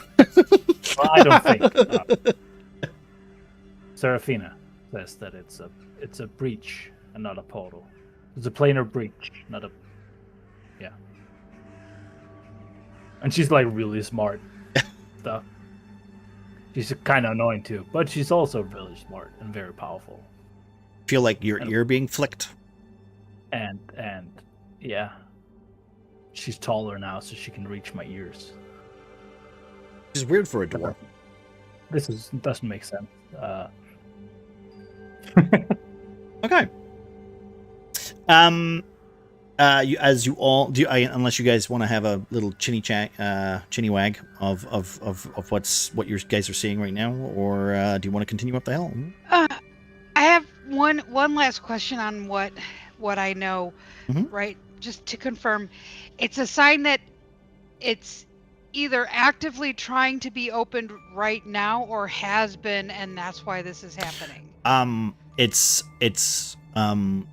almost like it's being forced open. So like think of it as like someone's trying to get in the jar of peanuts. Right? If it had already succeeded, this would be much worse. Okay. Right? Like, and yeah.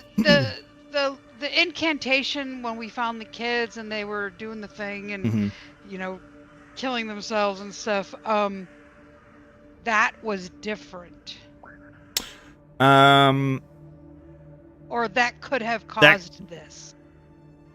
You don't know. We should also figure out whether it's a breach in or out.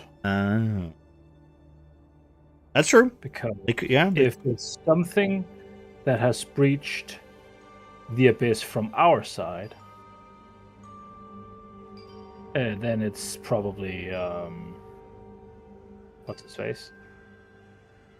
But if it's something that is breached through from the other side, that might be a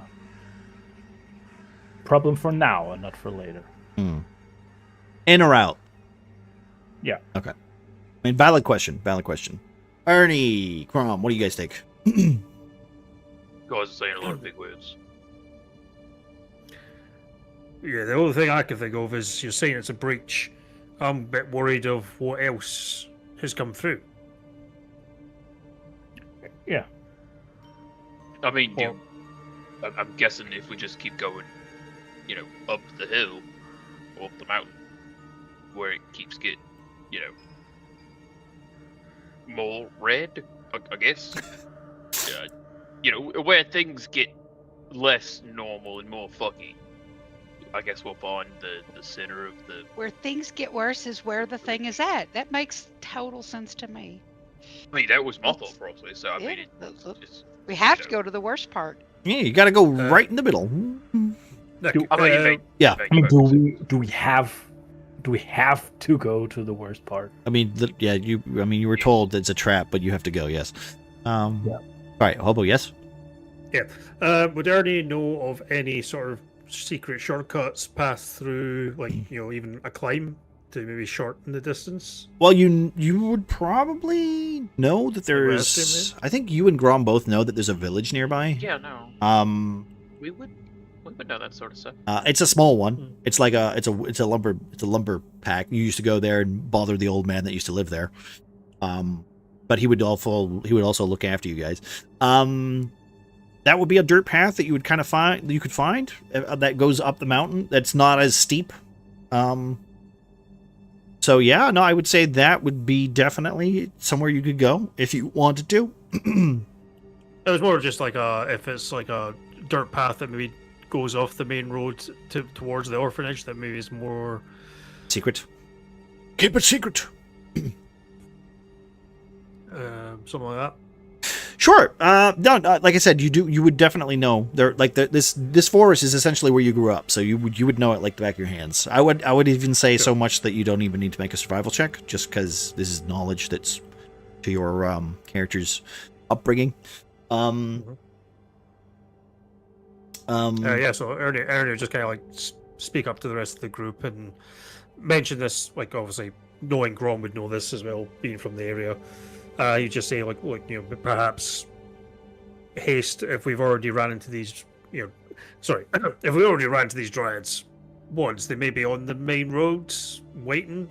The fact they said they'll be, kind of has me worried.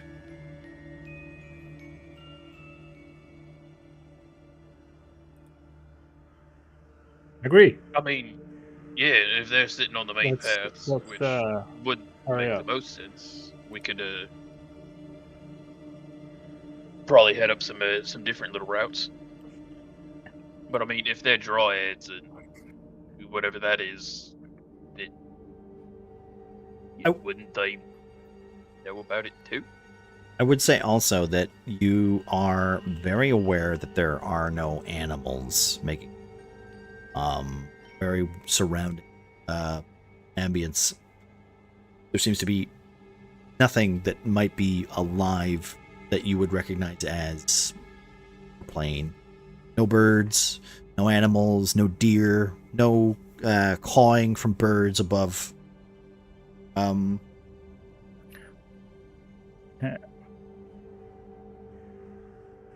like scary. There's like nothing. Yeah, this is fucking weird. All right. Well, I mean, shall we? We should probably don't stick around for too long. Just let's. All right. No.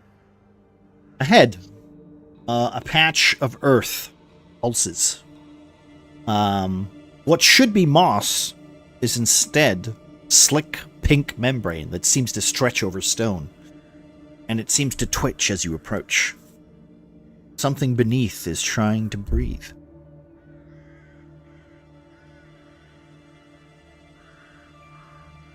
I mean, we all see the ground raising ever so slowly, Yeah, right? we do. Yeah. Yes. I kind of want to touch it.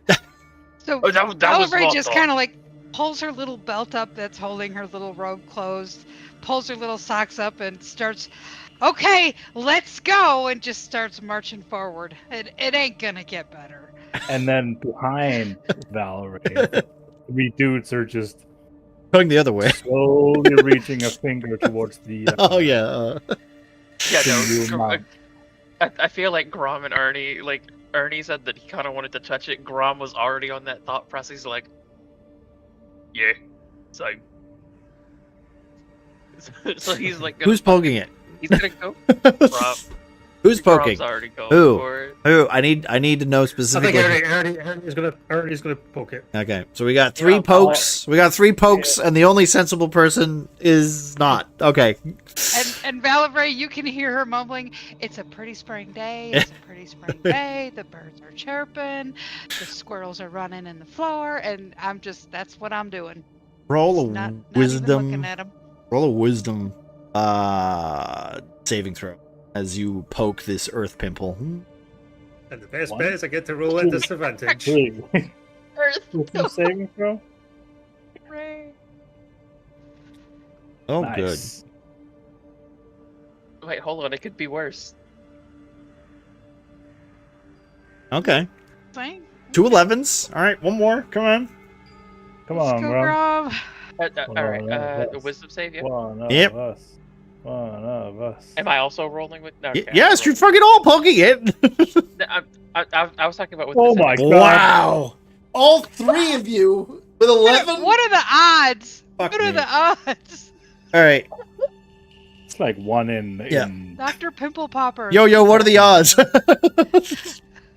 Right. Yo, the math. Fucking hell. It's like 1 So- in 2,000. Yeah, One in well, 8,000, 1 in 8,000. Once you all Yeah. take you all take a separate part of this fleshy moss skin, entity that you're walking over or around. I assume being you're running around it, you're not walking on top of it. I'm not walking on top of it. I Okay. pretend it's not there, but I'm not stepping on it. Okay. So as each of you, like, I don't know, prod it with your bare finger or push, put your palm on it or whatever, each of you feels like you hear a groan, but none of you actually hear it with your ears.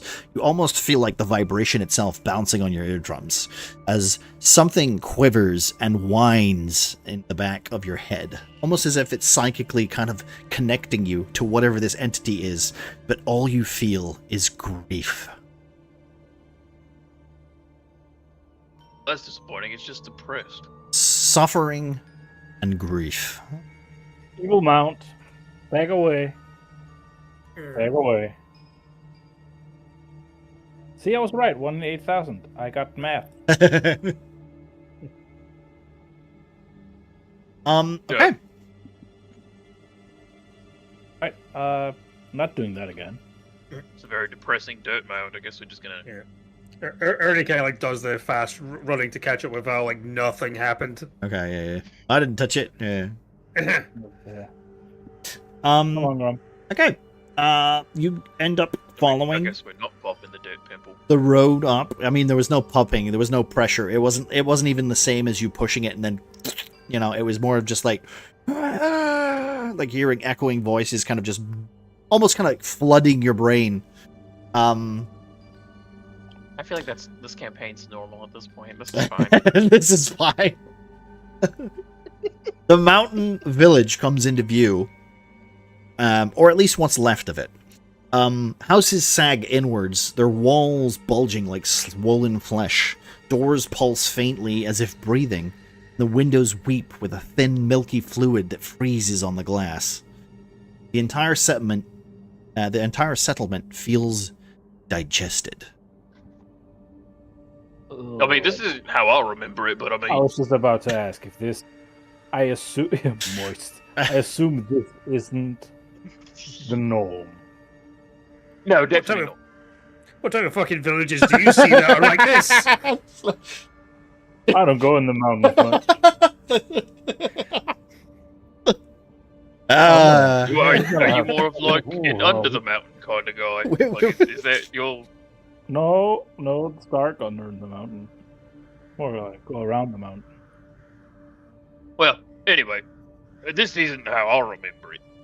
Used to be that roof wasn't sagging, and the windows and doors weren't breathing, like, so Right, this entire village has to be burned to the ground. Well, I mean, you can't necessarily do that. Like, what if there's still someone alive in there? That's kind of. I can try. I can give it a very best shot. You can. I mean, I'm hey. I'm not saying I you haven't physically can't. I'm haven't saying. burned anything in at least a week. All right. Morgan.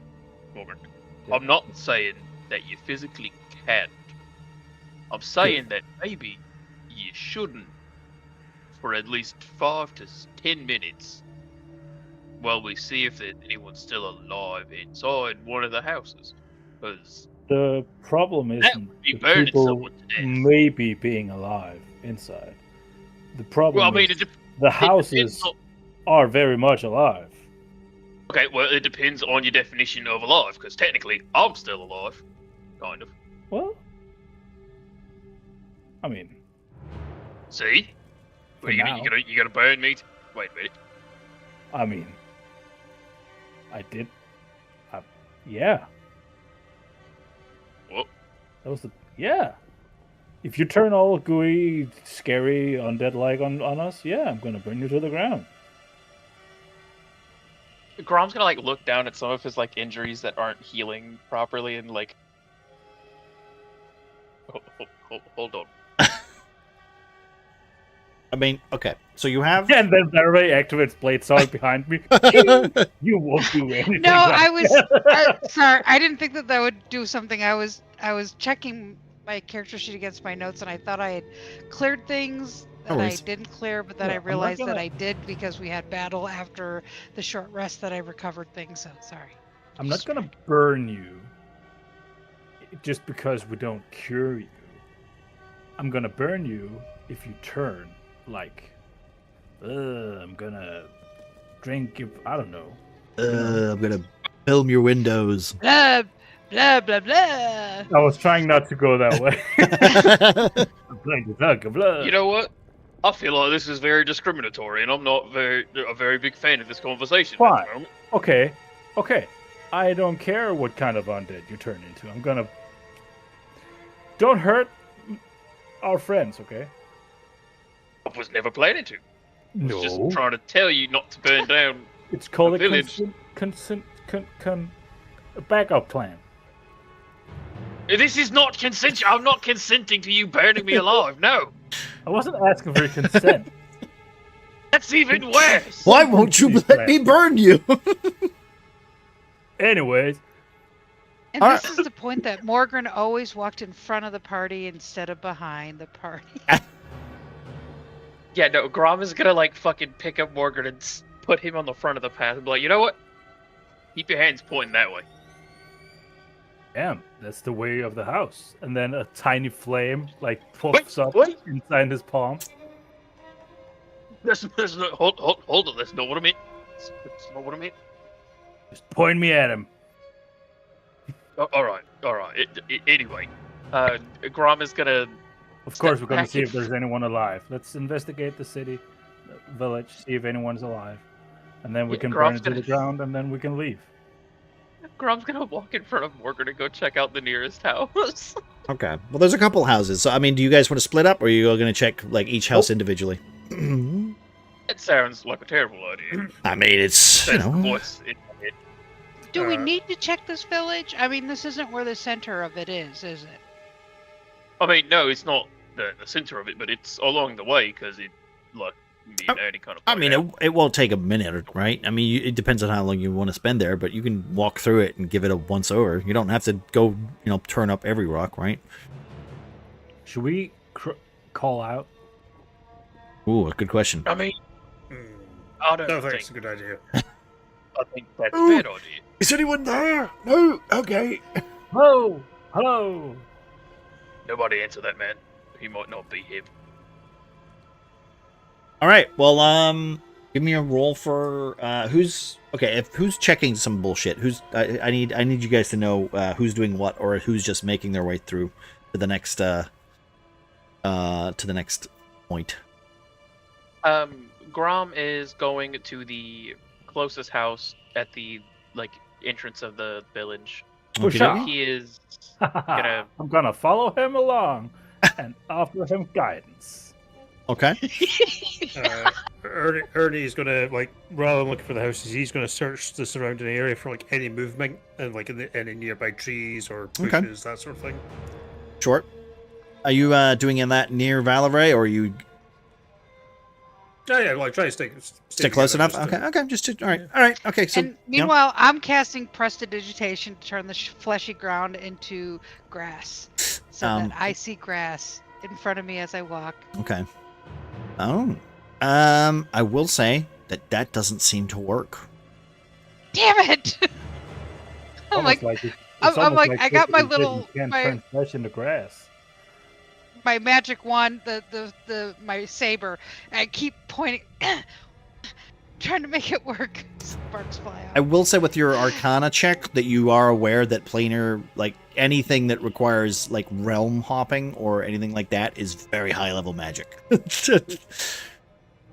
So it's very much like your little prestidigitation like trying to spell. spit to put out a fire. You're literally trying to you're trying to like fix something that's just. I'm not trying to fix it. I'm just trying to make. Yeah.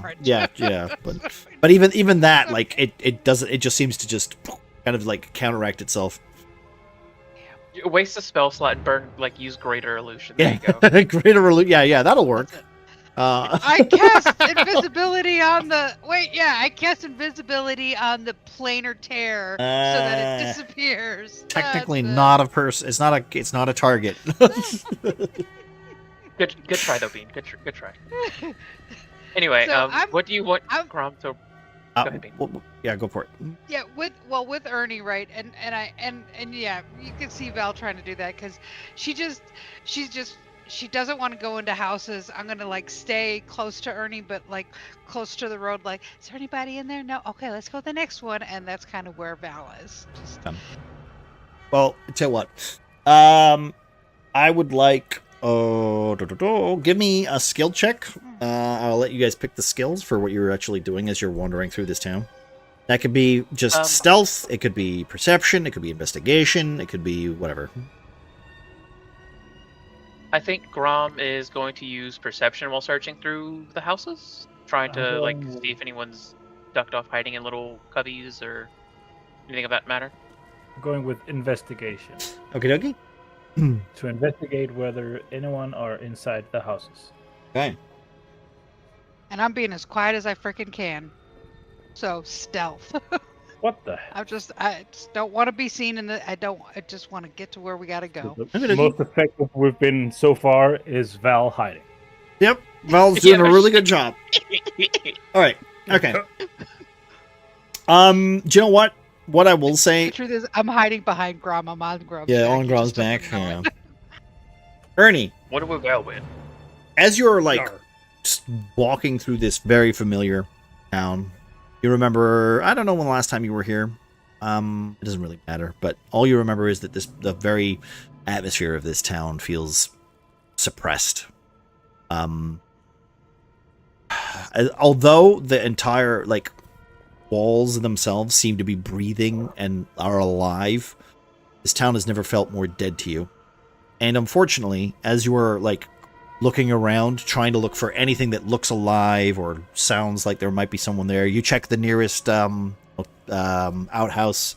You go up to the nearest like wagon with hay inside, just kind of pulling it away, seeing if you can find someone hiding. You pick your most obvious spots, and unfortunately, as you reach like a makeshift cowshed, which is just literally just a door that's been planted on top of like this little makeshift hut, pulling it back, and you wander inside the cowshed, only to step on what looks like a little doll, a straw doll, that's missing its arm, and has, you stand on it and, almost like Lego, just, ow, glancing down as you see a bunch of kids' toys, kind of just almost like someone had been here recently, hiding.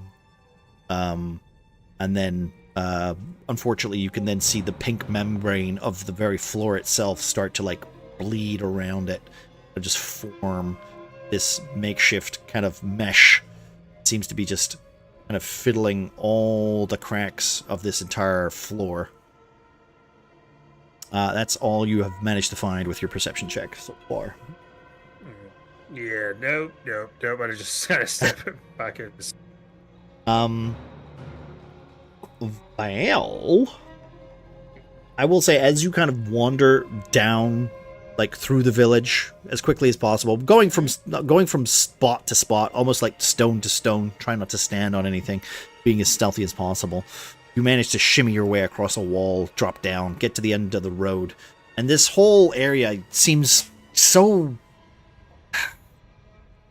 disgusting, gross. You can feel like mucus almost collecting on the bottom of your shoes. But that's when you look down and almost just like you go to cast your spell to clean up your shoes and clean up your dress as the bits of like mucus phlegm stick to your undergarments and your and your dress. You then see leading off to the north what looks like small footprints leading towards the orphanage, or at least the direction where you assume the orphanage is, where Rom and Ed point. Are they adult-sized footprints or child-sized? They're small footprints. Small. Okay. Can I? I'll just kind of. Well, wait. there while- Yeah. While we get Go to the ahead. rest of them. So just so I'm clear, you were looking, Grom, and what were you doing, Margaret? Sorry. Basically, I was assisting Grom. Okay. All right. So if you guys are in the same room, let's just say this. Margaret, you wander into like a nearby, one of the nearby houses. You see the kitchen bench, like almost pristine, but you can also see like flesh-like webs kind of crawling up the side of the cabinets and stuff like that, literally almost growing, almost trying to like I said before, digest the entire house. As you're wandering inside, your flame in one hand, kind of looking around, you see what looks like a book, like the caretaker's book leaning on the wall there, like on the cabinet, not yet touched by anything that is remotely abyssal in nature. And Grom, as you also wander in the same way, kind of glancing around, as you see Mogren, like literally looking directly at the at the book, going, "Ooh, a book." Yeah. Grom, what you notice is that there seems to be a man that is almost halfling in nature. You can't tell if he's a halfling or a dwarf, because this web-like film is like surrounding him. Like, almost kind of like an alien has, like, latched somebody up to the wall. So you can see him, like, he seems to be fused into the wall, but he still seems to be breathing faintly. Hey, there's I found a book. I Morgan. think it's Hey, Morgan, stop! You're walking. What? You almost stepped on that guy. What guy? That guy. Van Grom's going to point to the guy. Because I'm assuming that he's like lower on the ground. He's kind of like, he's kind of almost like fused into the wall, like if he was a leftover bag of potatoes, right? Like you could mistake him for a bag of potatoes.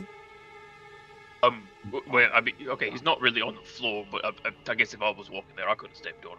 But the guy kind of hanging from the wall a little bit. It looks like he's a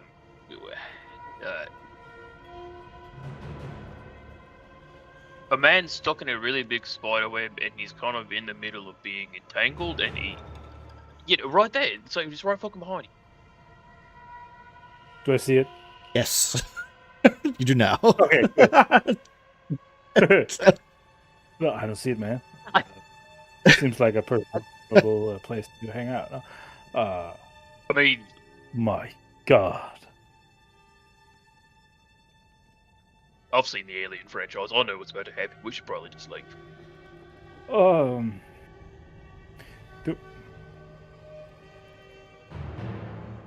shit! I said that in character.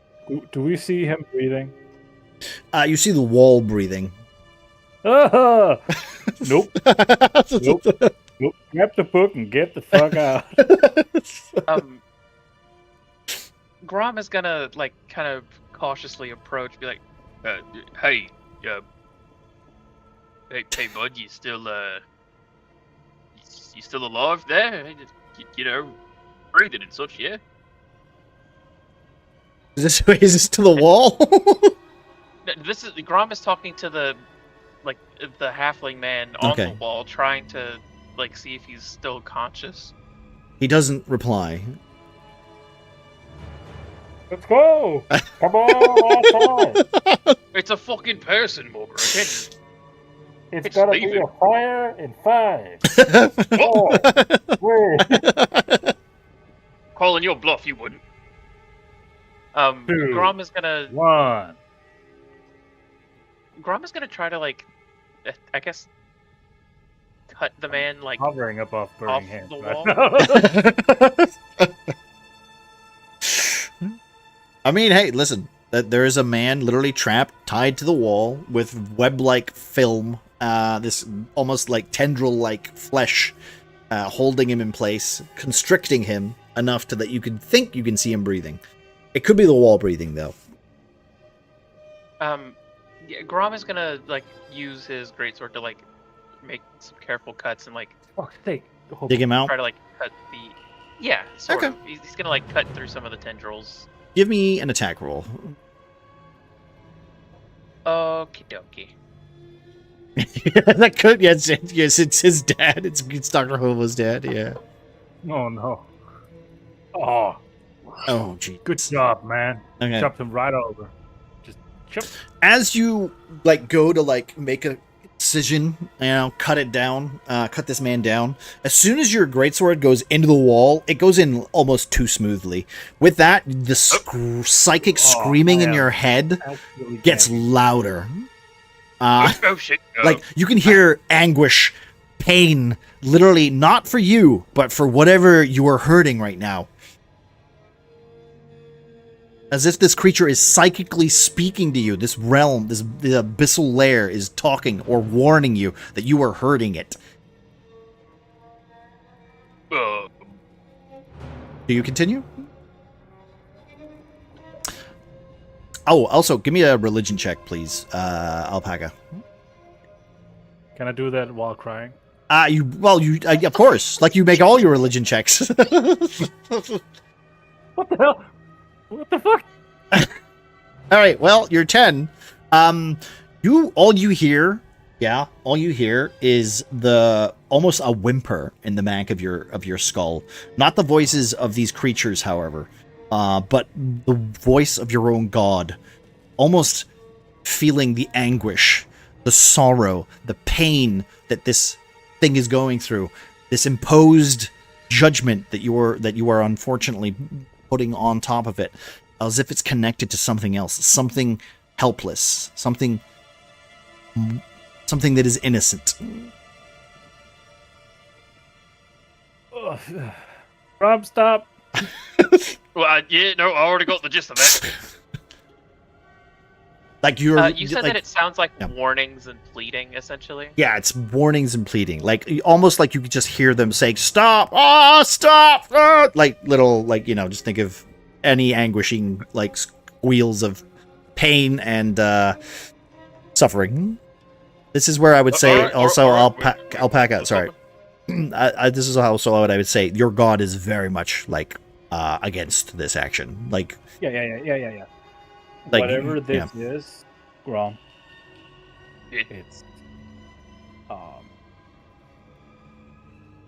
it's hurting a lot.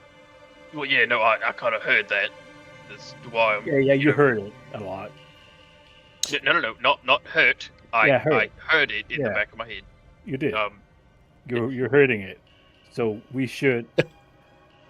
Also, I think burning it down is a very bad idea.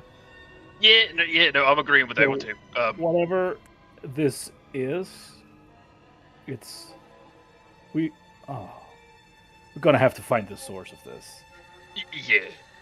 Well, Grom is gonna slowly, carefully pull the sword out of the wall. Okay. I'm gonna use a spell. No, I'm not gonna heal them. For fuck's sake! I swear to God. Well, you're gonna try and heal the wall. Well, okay, no. As you go to even think that, Seraphina goes, "Your magic does no good here." My magic does no good here. Seraphina hits you with a motherfucker. If you waste another spell, You waste another goddamn second level healing spell. I've been flicked 7 times since we entered this village. All right, well, let's. You can I just mean, do we see even? like the one ear flip is just like it's bruised. After pulling his sword out of the wall, Grom's gonna like resheath it. What's the book you found? Maybe that says something. I don't know, useful or important. I'll hand it to Grom. Okay. Should we take this outside, maybe? Yeah. Grom's gonna start flipping through the book as they're walking out. Okay. Out the door. As you Chair. Oh, Grom. As you flip through the book, some of these pages are. You don't know how long this book's been here. Clearly not too long. You don't know how long the world itself has been torn or tormented. But it does look as if this book probably belongs to that man that is tied or now has become infused to the wall. However, most of the handwriting is illegible. It's tight. It's very tight, tightly typed. But there is a passage that reads the words, "The roots whisper, the god is sick." Scribble, scratch, chicken scratch, scribble, scribble. Hey, I found something that's kind of readable. Roots whisper, God is... Alright, well, I guess God is sick. That's good to know. Sounds like a very bad thing. I mean, yeah, no, it's a very bad thing, but at least we know that... Oh, this wasn't clear enough for you? There is also another segment that you would read underneath where literally it seems to be making words to Nevan, Nevan, sorry. And what does the next passage say? Literally all it's not very specific, but it does, like I said, like as you're reading through it, the only thing that is readable is literally the roots whisper, the god is sick, and then the rest of it is more like messaging from Nevan, excuse me, Nevan prayers and almost kind of like, rituals that you used to do as a kid. It's fun things like, go into the woods, blah blah blah, children would be taken care of. The reason that they seem to think that this has happened is because the god is sick, or at least these are the prefaces that you're getting from the passage itself. It's like a day-to-day journal, kind of just like, day 1, fed the goats. Day 2, goats came alive and ate me. That kind of stuff. Like, Alright, so the first bit says, where's Val and Brian? Anyway, we should probably tell them this with, Morgan has gone full pre-crypt cleric again. Censor out, mumbling. He's just gone back to square one, starting blessing things. Can't sleep. God will miss me. Struggling to light my censer with my what's it called? The tinderbox. Yeah, tinder. Oh, yeah, okay, yeah. Team's call. He's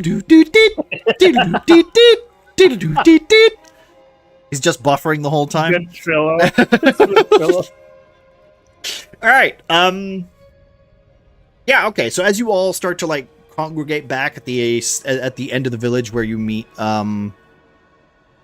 Valerie, I will let you play that out.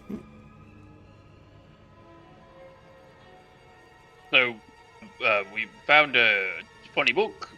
And a guy in a wall. And a guy and a wall that I regret stabbing. Perboina _ just followed. Wait, Survivor? you stabbed him? No, the wall. No, didn't stab him. Tried to cut him off the wall because the wall was wet. So the wall was kind of grabbing. The wall had grabby hands. What kind of do? Like whenever you're in one of those grabby hands. When you fall into one of those ball pits and you just can't climb out? It's just a, It happens every day. Except hands. Except for not no, balls, not and hands. actively No, grabbing it's more like webs. You know, it's more like webby, like kind of. It's okay. You know what? Picture a big pile of wet, sticky bras. mucus. No, I think the problem Wet is sticky that bras covered in mucus. Got I it. can picture it just fine. Yeah, you can picture it just fine. Well, that's good. Then I'm doing a good job. But yeah, we found a guy, tried to cut him out of the kind of webbing that he was in, and had a lot of screaming and pleading in the back of my skull, so I stopped. And we found a book that says the roots whisper, God is sick, and then a bunch of prayers and whatnot to Nevan. So, I don't really think there's a whole lot left to be found here.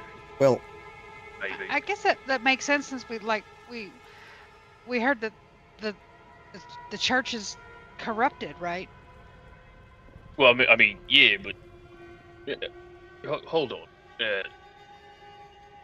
Grama's gonna kind of like shush Valivray for a second, and you're thinking about what he just relayed back to the party. He's gonna like try to listen really carefully to that voice in the back of his head. okay. Give me. You know what? I'll let you decide. What are you actually trying to get from this voice? He's trying to make out, because it says the roots whisper the god is sick. So he's trying to like pick out any discernible voices that are speaking like intelligently, or like in anything that he can make sense out of in the what I assume to be a cacophony of whispers. Okay. I'm gonna need a specific type of check before I give you anything. Well, considering he's trying to listen in very carefully, I was gonna go with perception. Give me religion. That's not perception. Well, You got this. You've been through two. this. All right. You ain't got this. I will say that you hear a very faint voice that seems prominent in this haze of agony and anguish. There are lulls in the darkness of your mind, mostly because of you being the current version of you. Your soul is ripped from your body. Your entire being is almost a mockery to life and death. But because of your undeath, because of your connection to the dead and the life that you had unfortunately had taken from you, the voice of your god seems to be clear in this moment of focus. However, you only hear him whisper these words. They twist my rights. They make a mockery of my roots.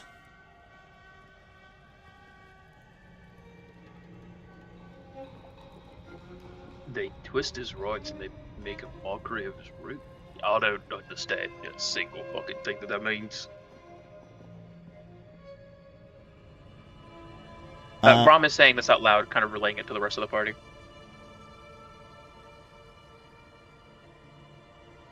A sudden wind starts to howl down the mountain. You feel the hot wave of air kind of just like flow through all of you as you make your way back up.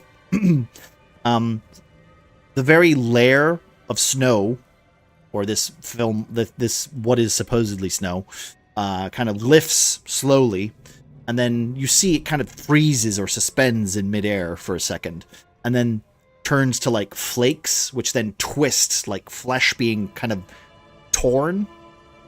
It stretches and then flattens into thin sheets of pink membrane before then it just suddenly dissolves into nothingness, and then another section of the world seems to just blend in front of you into this hellscape of pink flesh. The world seems to be being rewritten in front of you.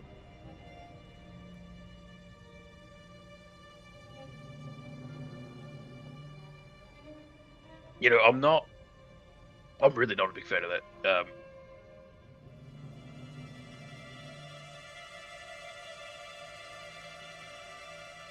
I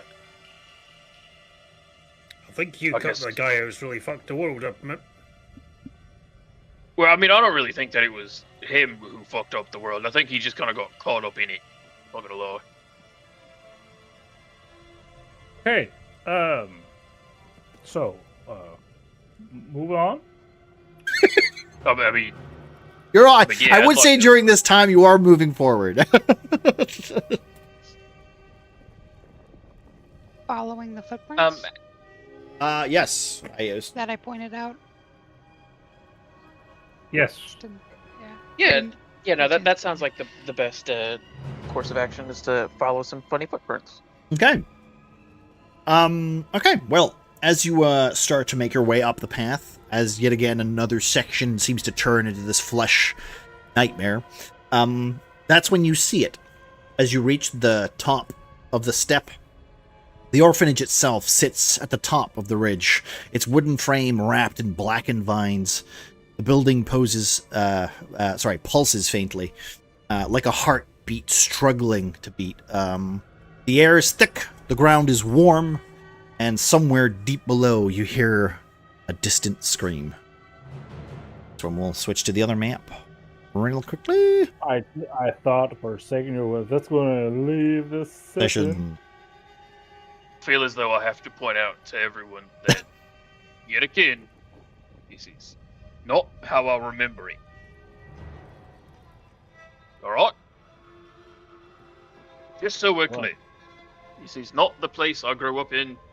It's not like this last time I visited. Yeah, no, but there's 2 tiles still left on. A couple of windows were cracked. Share. There we go. I will also say that the world itself, when you got to the mountain, it was dawn leading into the morning. It is now, like, the sun itself has turned from a bright blue/yellow to a darkened orange with a bleeding sky.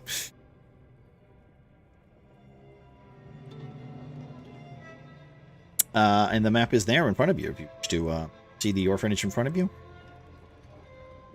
So these diddle doodles. No. Give me a second, I gotta unlock tokens. Go. Nightmare bouncy house. There we go. My least favorite kind of bouncy house. Mine's the one with sticky children fingers. That's worse than Nightmare Bouncy Castle. I'll take a Nightmare. Okay. Wow. That was disgusting, Manic. Listen, there's nothing worse than jumping up on a bouncy castle and getting some child's sticky lolly stuck between your cheeks, alright? Oh, I thought you meant a ball pit filled with sticky children fingers. That was pretty darn disgusting, like, okay, you do weird things in Scotland. I don't know. Not gonna visit now. Yeah, honestly, that's what I thought this was going. Okay, that'll be the next Sorry for room. your- It's literally just going to be a child going, "Don't kill me!" And it's the last villain. It's the last boss of this entire. Don't kill me, get in the bouncy house. Go on. It's fun. Or it's banana. Also, Probina. Thank you for the follow. Appreciate that. Oh boy. Yeah. Is there any shouts, sounds, calls of people?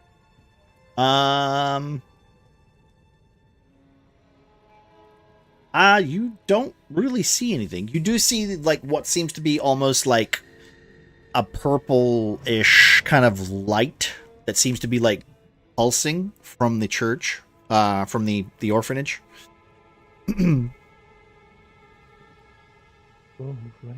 Other than that, the light sources itself, like, it seems very dark, very oppressive. As you get warmer, you feel, Alpaca, you feel a pressure and you feel heat. you also feel a deep anger from your god. Almost as the closer you get, the more like pure rage kind of fills you. But then it's almost frustration, not necessarily like submitting to this to this rage. I'm getting that she's very upset about what's going on here. I take it. Yep, that's how I interpret it, at least. Mm-hmm. Yeah, you would be accurate in that. Yeah. See, I'm learning. Hmm. The footprints we followed. Do I see a trail of which direction they went in? As you get here, this is where they start to disseminate. Like you do see that like the like this building itself seems more normal. Like the building itself seems to be the thing that is pulsing with the film-like windows, and the very like dark tendrily vines are kind of growing around the structure. The paths themselves are more bricked, and there you can see like every so often there's splotches of like purple and pink like flesh kind of like blending into the stones, but it seems very normal in the same regard. I think we found the source, guys. Oh yeah. Genius, this one. Yeah, from ground to the ground.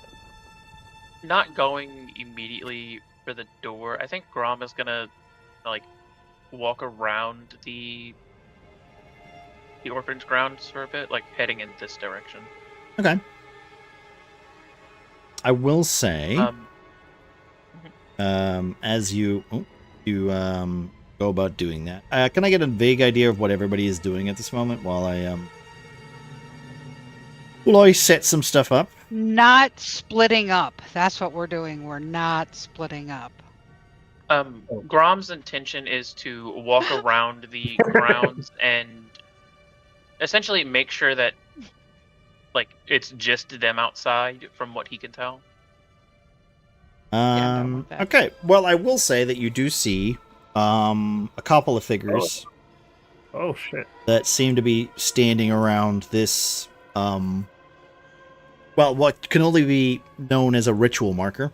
For now, that's all you see. You know, I gotta say, zoomed out, they look like cute little animals, but then you zoom in and you see these crazy old people faced with weird hat. These seem to be like almost people wearing like flesh-colored coats. Of course. What's the little eyeballs on their head? That's their Pokemon companion. They don't have that it's just on the picture. Okay. Great picture. Cool. These are just cultists. And are they like they're performing a ritual, they are completely still. The closer you get, they are not moving. That's all I'll say right now. They seem to be set in place. So not similar to when we found the children chanting. No, they were very active and almost doing the ritual. These seem to be almost just standing very still. Grom would like to kind of like he's gonna try to stealth and like get into like away from Morgan and his big ass light. Okay. Well, okay. So you by doing that, you immediately stand in front of him, making a massive silhouette of shadow. That seems to literally just envelop all of the people on the ritual circle there, but they still don't seem to react. Grom believes he is the sneakiest motherfucker around. He's just gonna he's crouching down, like doing a little crouch walk. Just got this. He's gonna get a little closer. I'm going to pick up a pebble. Mm-hmm. And kind of chuck it in the middle of the visual circle. Okay, that's quite far. Do you want to do it from that angle, or do you want to move up a little closer? Is there a chance I'll hit Grom if I throw it from here? Yeah. Yes. If you miss, you have to roll. You have to roll lower than a 10. Actually, no. What's your armor class? You have to roll lower than that. 16 is Okay. Grom's AC. All right, go for it, Alpaca. Just a straight roll. Just a nothing straight, else, right? just a hit Grom. All right. Right in the back of the neck. I'd say with a 7, like you just go whack, and it goes right over Grom. And just like skitters, and almost like, you know, when you throw something across a river or a lake, it goes pss, pss, pss, pss, and it just dances. It goes tick tick tick tick tick, and it just like scraps, rolls into the center of the ritual square and the ritual circle, and you see they do not react. They stand in place, almost as if they might be waiting.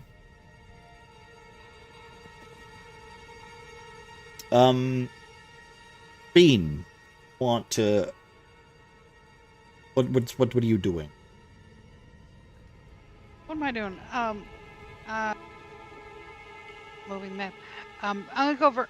Arnie, do you recognize? Are those people that you know that from time you spent here? Do you know them? Oh yeah, that's Tracy, Sonia, Frank. No. No, Ernie will kind of like have a glance towards them just to like see if he does like, you know, at least recognize any facial features, that sort of thing. They seem to be human in stature. They're much bigger. But with their flesh-covered cloaks, you're not sure, as they are covering their faces, and the hoods are up. Oh, okay. I didn't know their faces were covered. Okay. Yeah. I'm not too sure, but best not let the big guy go too far ahead, because, you know, he always needs us. Yeah. You fucking devils. I don't think this is the. I'm not feeling like this is where we disrupt the ritual. I think that. Yeah. I think we need to get inside. I don't know, feeling tingly sensation. I don't know what is.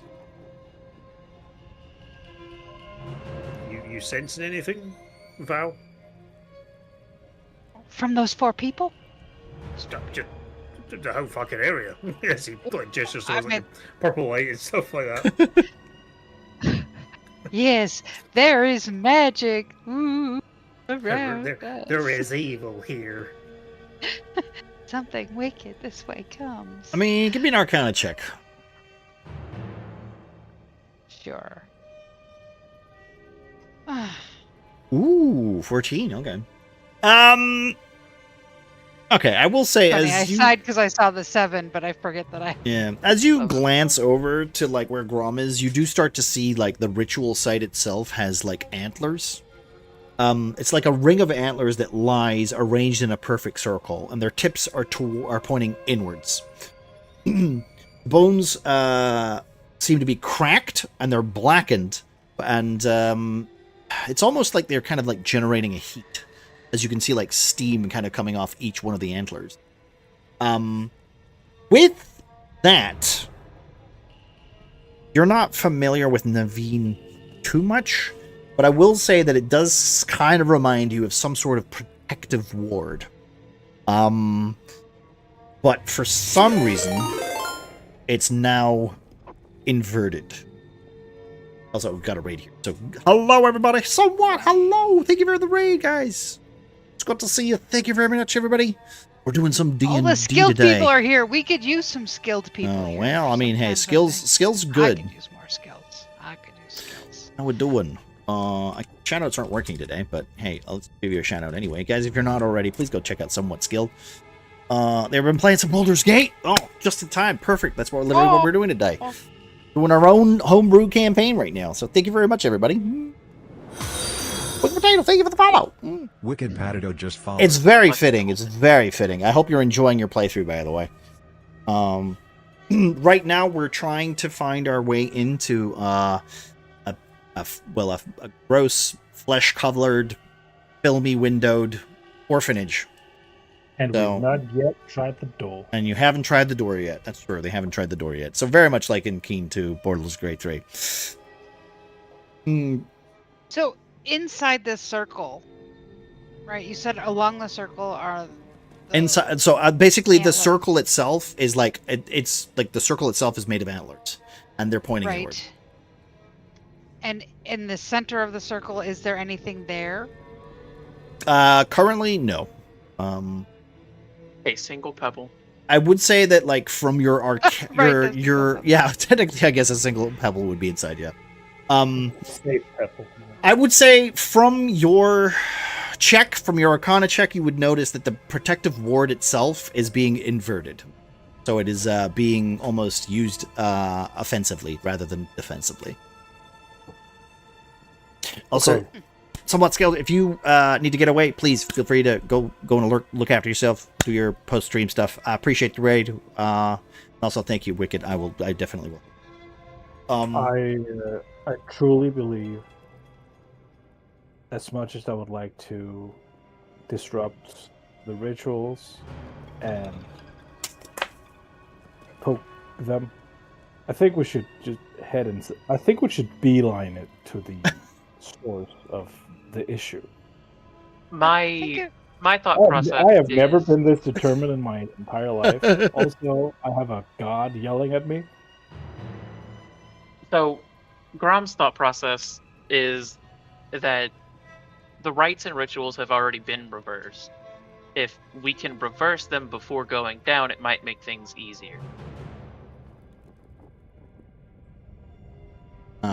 Game mechanics. Yeah, essentially, That's if we interesting. can- I would never do that in my video games. If we can, yeah, no, the DM has never made things. I've never, puzzles yeah, and fights. I've never put puzzles in front of things to make things easier for you ever. Hey, Grum. I want to do hard shit, mode, how'd you- says Mogren.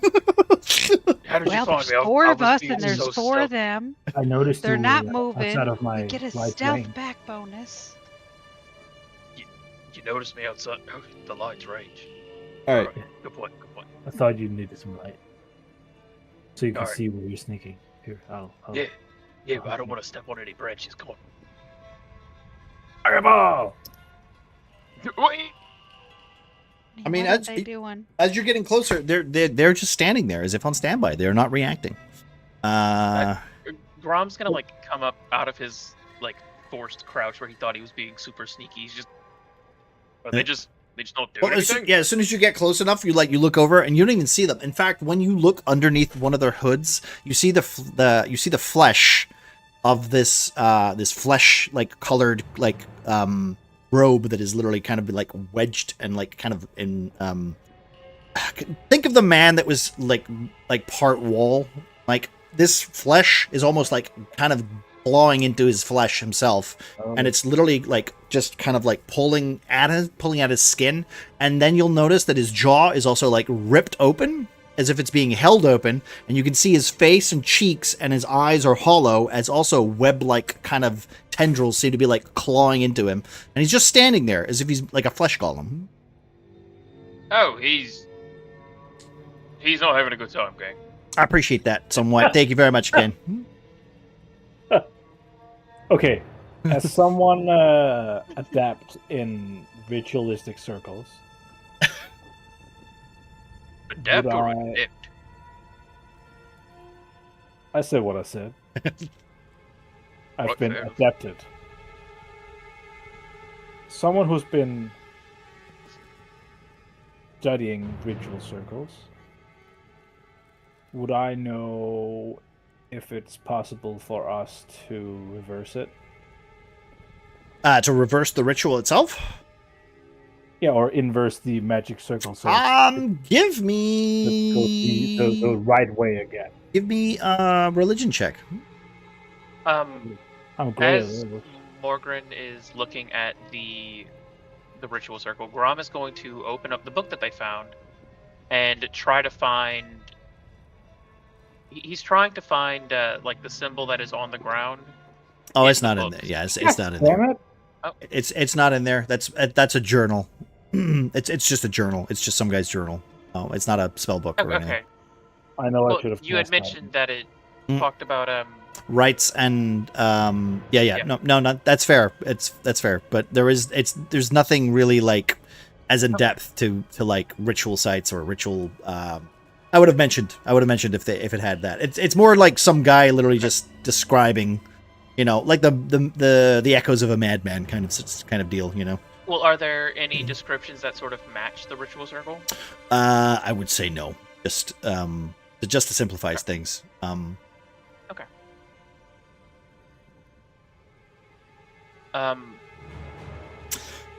With a 7? Oh, it's actually an 8. It's an 8. But yeah, but I just now see that I haven't done it. Okay, well, with your 8, I will say that you are pretty sure that most, like, if with Valerie being able, I mean, if she's, I'd assume that she would have shared this information, with her knowledge of the fact that this is like some sort of ward. You are aware that wards can technically be reversed, like they can be undone, they can be, turned on and off. Some wards require a lot more work in order to do that. This, however, maybe you could probably. You might have to rework the whole thing though, and you're not necessarily very familiar with this god, Nevan himself. So it might require. It'll probably take you more than 10 minutes to rework it. Without help. Could you get over here, please? Grom is actively trying to help him, like, trying to relay any knowledge he has about Nevan and, like, some of the rituals he's done as a child, apparently. Well, you're a more, like, childlike, like, hey, take a rabbit's foot into the forest, it'll protect you, that kind of stuff, not necessarily, like, black magic. Like, like, the folk tales. The story of him with the pipe kind of leading children into the forest to save them from a threat. That stuff. You don't, it only took you until your mid-30s when you started to realize, there's a lot of dark stories behind this too. Valerie. Arnie, come on! Before they get into trouble, we gotta save these boys. Oh, for goodness sake. Well, I mean, how many antlers are like around this? Enough to fill the circle. I Hundreds. didn't write a number. None. Okay. I was wondering if it was like a important / interactable thing. You see, if I was gonna make a math puzzle, then that's your first mistake. You're right. How foolish of me. Unless it's 1 + 1 = 2. Are there more than 2 anglers? Right, so we want to. Can we have this discussion about can we try to flip this? Flip it. It's Can I like investigate this circle again? Let the Arcana check to see like what. 2 questions, right? Not only what if we flip it, if we can flip it, but if we flipped it, what would it do? Would it help us, or would it just change the protection from inside of the circle to the entire grounds that we're standing on? And would actually hurt us more? I would say that with your Arcana check from before, that you are very aware that this is essentially very familiar to the ward that was that you interrupted before. That was a summoning of some sort that created Malgrin, or the twisted, corrupted version of Nevan. However, this one seems a little bit more rudimentary, kind of a little bit more basic. It seems to be feeding power down with the way the antlers are kind of embedded into the dirt. If you were to reverse it, you would be changing the protection from below to above. So that's all I would say that you can kind of get. Mostly because A, you've never done it before. You're not like you have no idea Right. what it would do. This is not your god. This is not your magic. But like you basically know the math about it. Where like this is pointing in a direction and it's doing something. You don't know what it's doing, but if you were to Right. reverse it, it's probably gonna do it the opposite, or at least change the direction of where the ward is. Right. So, Valerie, Morgan, my concern about messing with this is, while it would be great to interrupt them but if we reversed it, I'm really concerned that while it might not help whatever they're sending down right now, it might help whatever comes up. You know what I mean? Like I don't think it'll suddenly protect. I'm not confident it would like protect us. Is my point. It might just bring that evil protection just to where we are now versus I don't. I'm more worried that they're sending anything downstairs. So if you're saying that this circle is sending energy downstairs, so either it's what's it called? H sort of thing, so it's trying to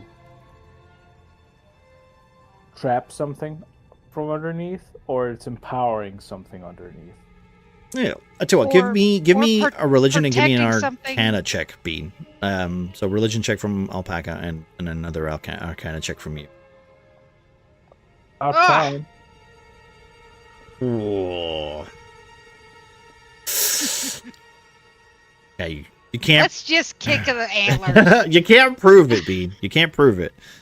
But when Mogwin starts to say what he starts to say, like literally something is either being powered up or depowered downstairs. I think from the way this ritual is being kind of like put in place, with the way you are familiar with most rites, with most burials and most basic rituals. The fact that these 3 flesh totems are in place and are being almost like fused to the ground, I will say you look down and you see that their very feet are covered in pink film, right? They're barefoot.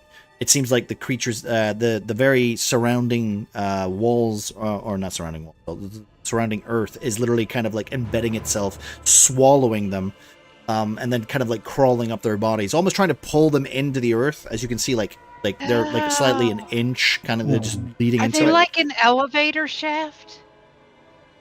No, but like something's climbing up from the ground up through. Oh, through them, kind of. Yes, kind of like that. I think they're being used as something is siphoning their life energy in order to spread this whatever it is. Let's set them on fire. You talked about fire. I know you like fire. I believe whatever you say, because let's just set them up. What I will say is that Bean is definitely leaning into the fire with her one, and you are leaning more into the fact that whatever this is like the after effect is that these people or these things or these cultists or whatever they are, you can't tell what they are anymore because of what they're covered in, but these things are being used as some sort of energy source and some sort of deposit, some sort of thing in order to depower or drain something below. Great. I have. And whatever they were, they're gone. They're not like. It's not like, oh, let's save these people. No. This is a hard, like, do not resuscitate order. Right. Ernie, roll for emotional impact if one of these is your dad. Because I will say that literally you are looking at these people that are being used as batteries. Do I get like double disadvantage then? Yeah, no, you are. I think you. Yeah, well, we'll see. We'll see what happens. I asked him if he recognized anybody. Yeah, I know, but no, that is not what I'm asking. What I'm asking is the realization that that's what's happening to these people is enough to maybe set off Ernie. Yeah. Yeah, no, hearing what's going on. But let's not do anything hasty. And he's kind of like got his arms out, like, Chris Pratt style Jurassic Park. Like, Good girl. no, Yeah, bad, maybe we bad don't. boy. Maybe we don't burn them. No, Okay. I have a question. Could I attempt to... Because I have a vial of holy water. I have a single vial of holy water. Mm-hmm. I was looking to kind of do like a bless thingy, but the bless doesn't... It's not like... You want? What are you wanting to bless the No, the antlers? I am attempting to. I wanted to disrupt the instead of trying to reverse it. Okay. I would like to try to disrupt it using my This will be another religion check. So if somebody Yes. wants to assist, I need to know what you want to do in order to assist, because you are literally going to be fucking around with magic that you don't quite understand. So what I would do was I would use my sensor as my holy focus, and I would, use the holy water as like a physical, not manifestation, but like a physical aspect of my divine powers. Okay. And then I would, I don't know, dump channel, like a point of channel divinity into it. Like, it's not a spell per se, but I would try to focus some energy that way. Does that make sense at all? Am I gibberish? I'd say you probably had more chance of using the holy water to perhaps try to create a disconnect from the actual antlers themselves. Like, Yeah, you're literally that taking will. the reagents and you're fucking with them to see if that has an effect. Or not necessarily an adverse effect, but either a breaking effect. I would say that much. Mostly I'm because... trying to Yeah. short circuit a fuse. Kind of. Yeah. I'd say I'd I'm- be okay with that to try. It might not succeed because we'll have to see what the roll let's suggests. Yes, of course. So you want me to roll religion? I would, if anybody else wants to try and help, though. I would probably maybe try to do as much as you can because, like I said, this is magic that you do not understand. You're fucking with it. I am Well- telling what my plan is, obviously. Yeah. Put my hands on Mogren. Give him the power. What a twin How power. are these antlers stabbed into the ground? Are they like base side into the dirt or pointed? Like most, like they're like four prongs. They're both kind of embedded into the dirt, so like they look as if they're pointing downwards. Grom's gonna, like, while they're talking about the religious and arcane half of this, Grom is just it's like, I don't understand any of that. He's gonna crouch down again, grab one of the antlers, and like upright it, where the base is in the ground, but the antlers themselves are like pointing upward. Okay. Just so that it's not just you fucking with Mogren's Yeah, idea. like, I would like you to both roll religion. And if anyone else would like to do something as well, please feel free to add. This is literally this is the check for you're fucking with magic you don't quite necessarily understand. So, like I said, if there's anything else that you would like to add, this is going to be like a skill check for the party or whoever wants to get involved. I am rolling now. Okay. I would say that Grom would do this to Yes. essentially all of them if he Fuck can. yeah. Yeah, no, I assume once you started, you'd finish, you know? Yeah. Okay. Okay. I will say, as, almost kind of becoming one unit, Grom bends down, picks up an antler, picks it up, like unhooks it from the other antlers and then twists it round. Boom, puts it down. Just as Mogren kind of leans in and just starts to like sprit with the holy water over the whole ritual site, almost like kind of just like going it over, once, like, saying a prayer in his Seraphina, a Seraphina hymn or whatever. As you're kind of like go around this place, you see these flesh golems not reacting at all. They do not seem to move. They seem to almost just stare adamantly, almost like one is staring at another one, and one is staring at another one, like crisscross from each other. They do not react at all as you all go around, switching each one, turn and turn. When you get to the final one, Grom, you press your fingers towards it, lifting it carefully, and then turning it upside down. And as it hits the dirt and connects all of the other antlers, you see a version of this green, almost moss-covered entity. You see chains, like, almost buried into his shoulder, leading, like, right through his chest, and then going straight down through his thigh. You see another almost barbarous kind of rusted metal kind of leading through his heart and holding what looks like a big green kind of thrumping, almost like not a heart, but definitely something that looks alive and is glowing, almost a greenish hue. Perhaps a crystal part, perhaps something. You can't quite tell. It's just so bright you can't stare at it. But what you do see is this flesh pit surrounding this figure, and then you see the horns, you see the antlers, and you can see right now in that moment Nevan himself in his normal, less corrupted form being bound, telling you that right now that Nevan is not a perpetrator. He's not an antagonist. He is a victim. He is not the enemy. All right. Well, so that at least feels better than before, I guess.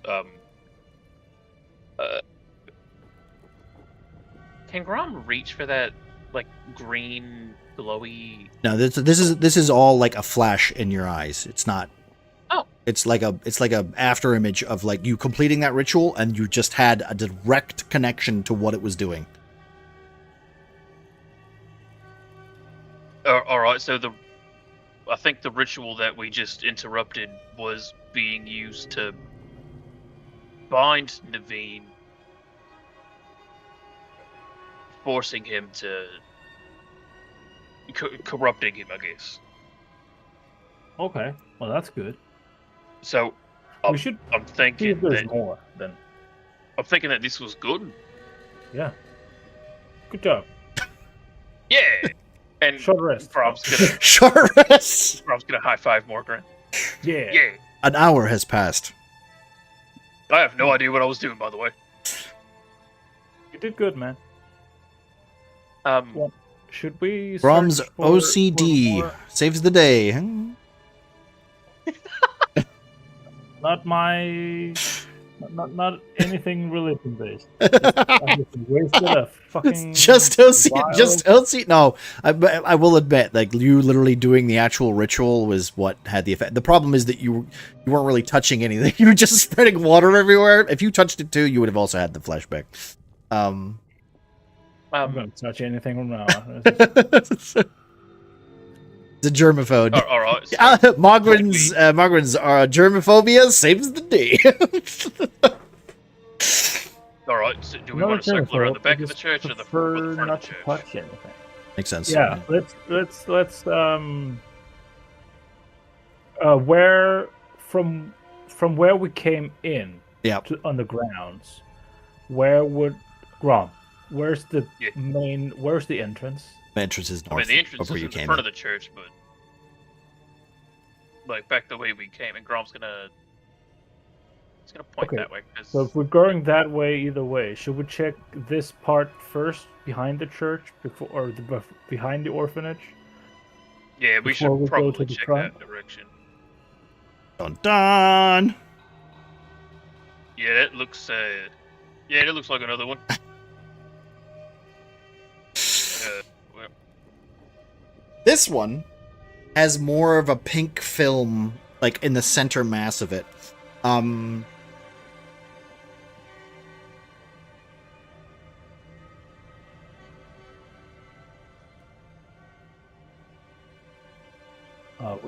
Yeah. You see a spiral of roots burst from the ground. They're twisting into a vortex shape. They seem to pulse faintly, like veins carrying something other than sap. The 4 cultists, yet again, are submerged in some sort of fleshy web, which seems to be all the way up. This time, unfortunately, you do see that it is only up to their waist. Their faces, however, are almost like their mouths have been stitched shut and their eyes have been removed. Well,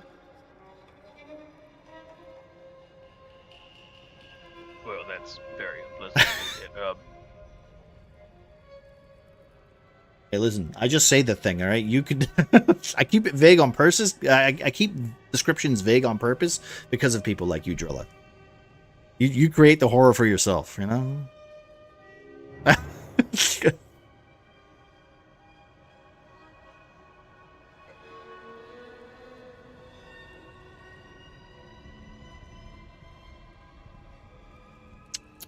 So, anyone? No? Just gonna watch? Making notes. So it's Okay. No carrying- antlers? No antlers this time, no. So it's roots that are carrying something other than sap. In which direction you said? They're pulsing faintly, like veins carrying something other than sap. They're twisting into a vortex shape, so like they're twisting. It's like a spiral. Like a spiral, yeah. What's feeding into the roots, or it's just they're carrying this in their system? They're, like whatever is happening to the windows in the building behind you seems to be kind of doing the same thing. So you see like a pulse of like, but it's like almost like something's breathing or something is kind of like being pushed or fed through it. That's the sound lava makes too. Yeah, that's the same. Yeah, same noise. Except for this is lower and not as hot. It's not hot. Can you describe again how they looked from the waist up? So their mouths were sewn shut, and their eyes their eyes have been removed. So they look as if they've been pulled, like something has stuck its fingers in and popped out. They don't look like their eyes have been removed. They look like someone has savagely stuck their fingers in and went and pulled out something. Jeepers Creepers level shit. That's nasty. Pop their eyeballs like grapes. That's what you're saying, right? No, because the eyeballs aren't there. It's more like you see like the ruptures around their eye canals. Yeah.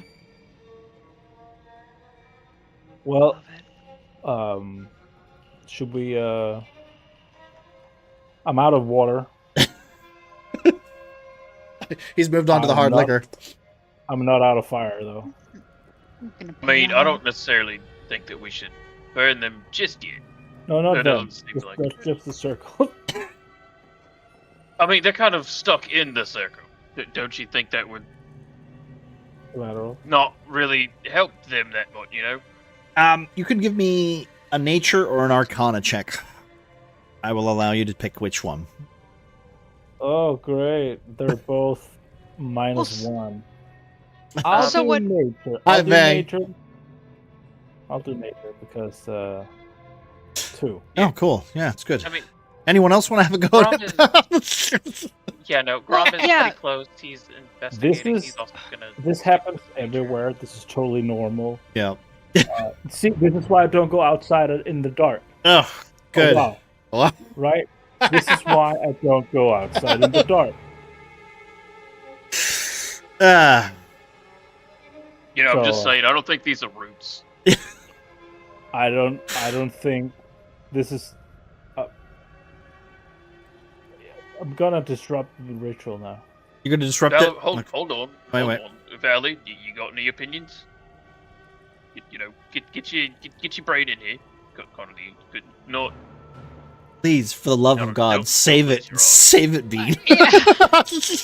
Well, I keep trying to. I don't know if my mic's just not working or if whatever, but so my thought, and I don't know what kind of check this would take.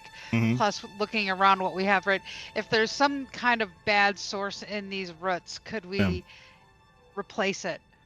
Like with like there's trees around. Could we try to replace the bad roots with good roots to make it nature versus whatever is So corrupted you kind of want to just switch the element, I guess.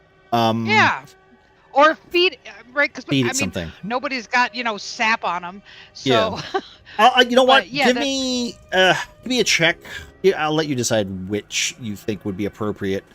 And I can spill some hot mix. I mean, nature feels like the right, yeah. All right, go for but it. it's also Arcana, Mhm. replacing reagents. Yeah.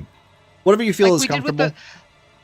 Yeah, I mean, like what we did with what Grom did with the antlers was really replacing or altering the reagents. So we want to do the same kind of thing. And my thought is trees. So let's not get a 1. Yay. Hey. 26.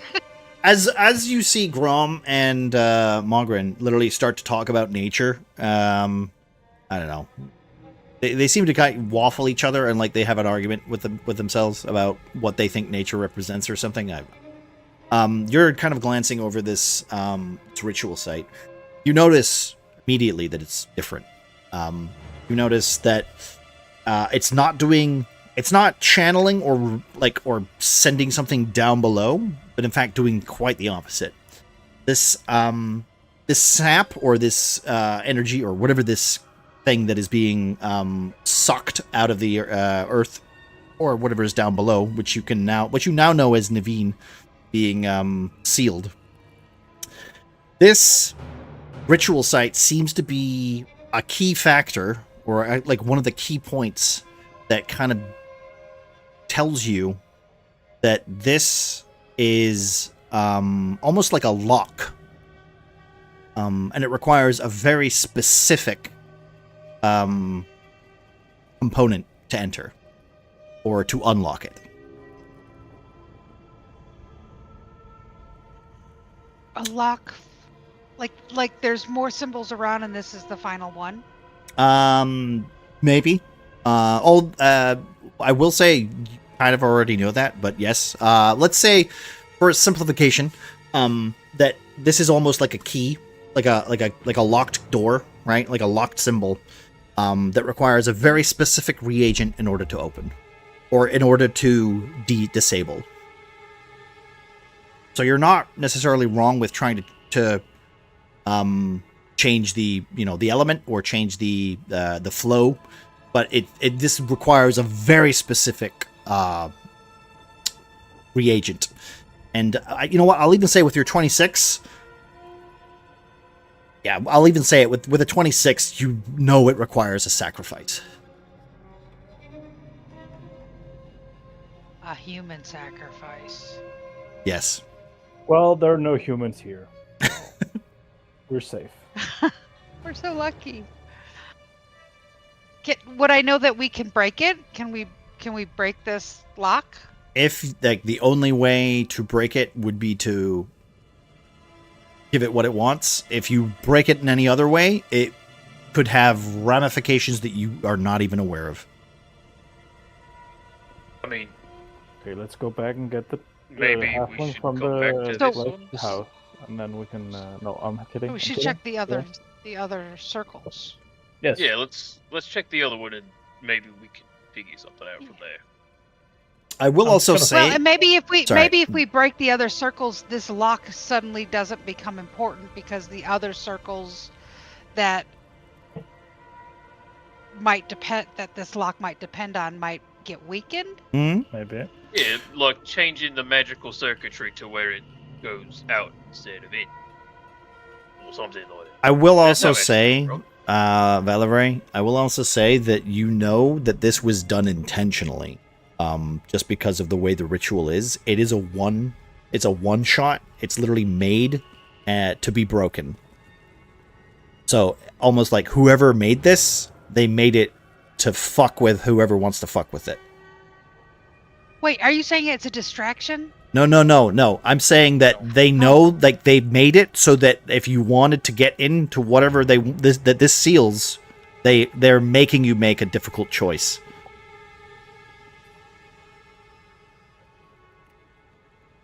So basically, whoever put it there, they're fucking with you. They're the ones that are going, ha ha ha ha. Is this like, are we going to find that we can't get into the orphanage because this is locking the orphanage? We have to You'll find have to out. check. I guess. Yep, let's go. Boop, boop, boop. And we're also gonna go finally, the rest of the way with the last one. boink, Come on, Morgan. boink. There's Boink. only 2? Oh, they're there. There's 3. It's the Holy Trinity. So, this, in the middle, is a flat stone slab. Sits half buried in the dirt, stained with dried blood. Small handprints surround it. Children's handprints. Oh, God. Of course they are. Although, it's a lot that I don't look up this about anymore. Oh, it's the bloody child stone, my favourite. I remember that rock from whenever I was a baby. Ernie, do you remember when we were jumping up around on it?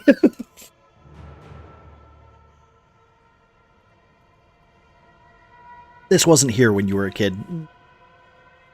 I would hope not.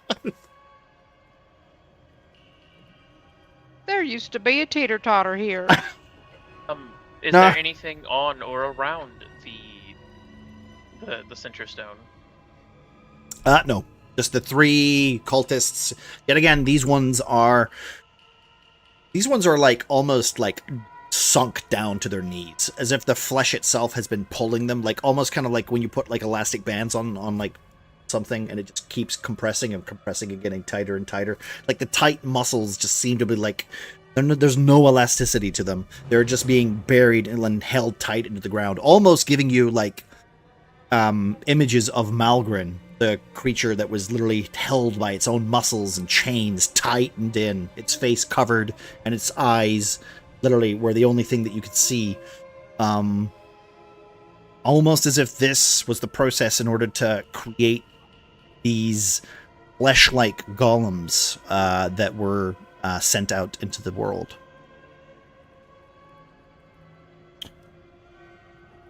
I think that Grom is...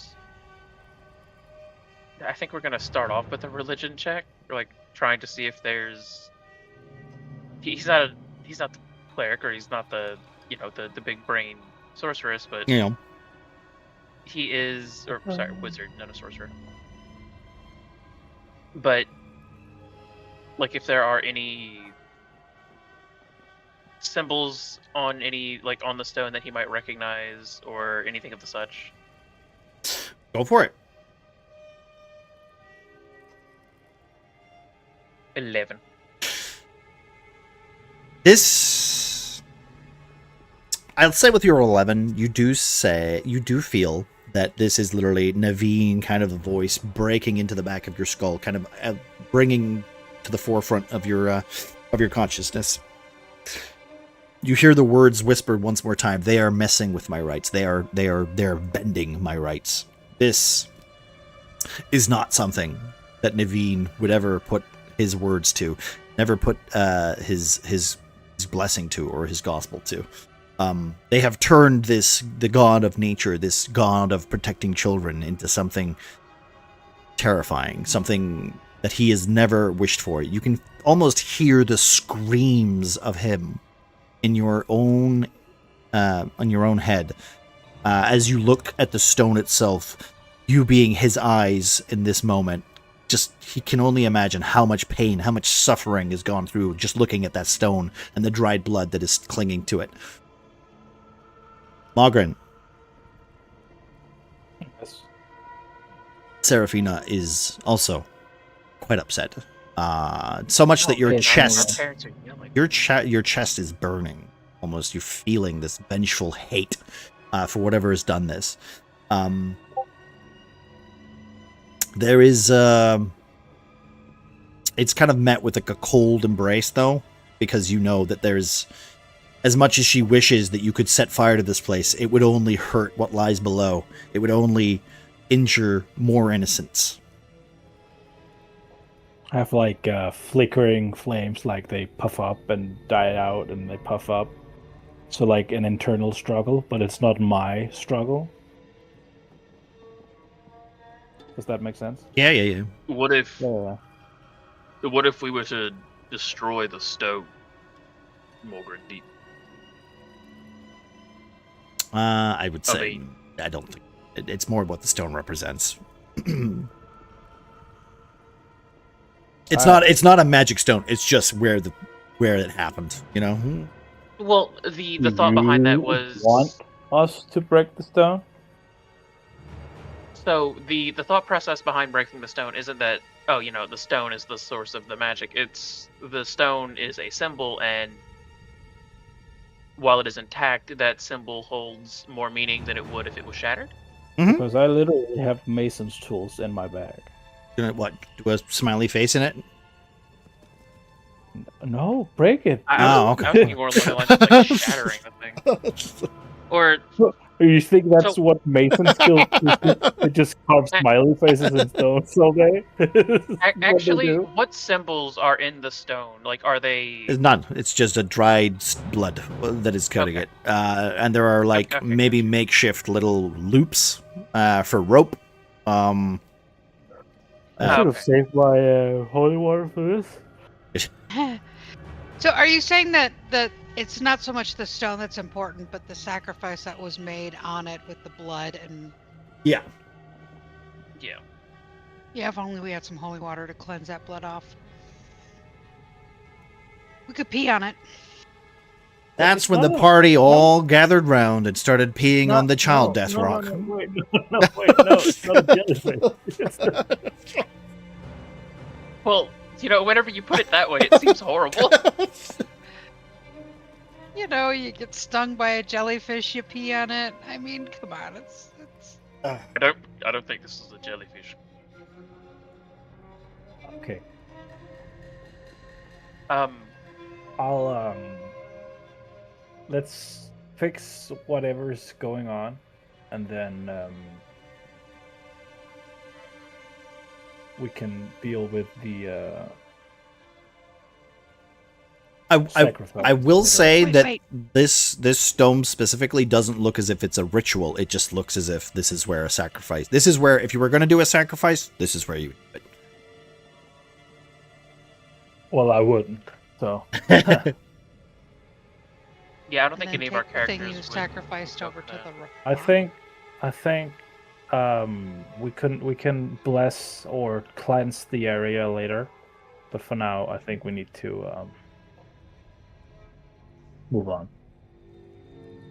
I will say the front door starts to thump, and you can see the muscles of the walls itself start to tighten as the door itself seems to like shiver in anticipation to approach.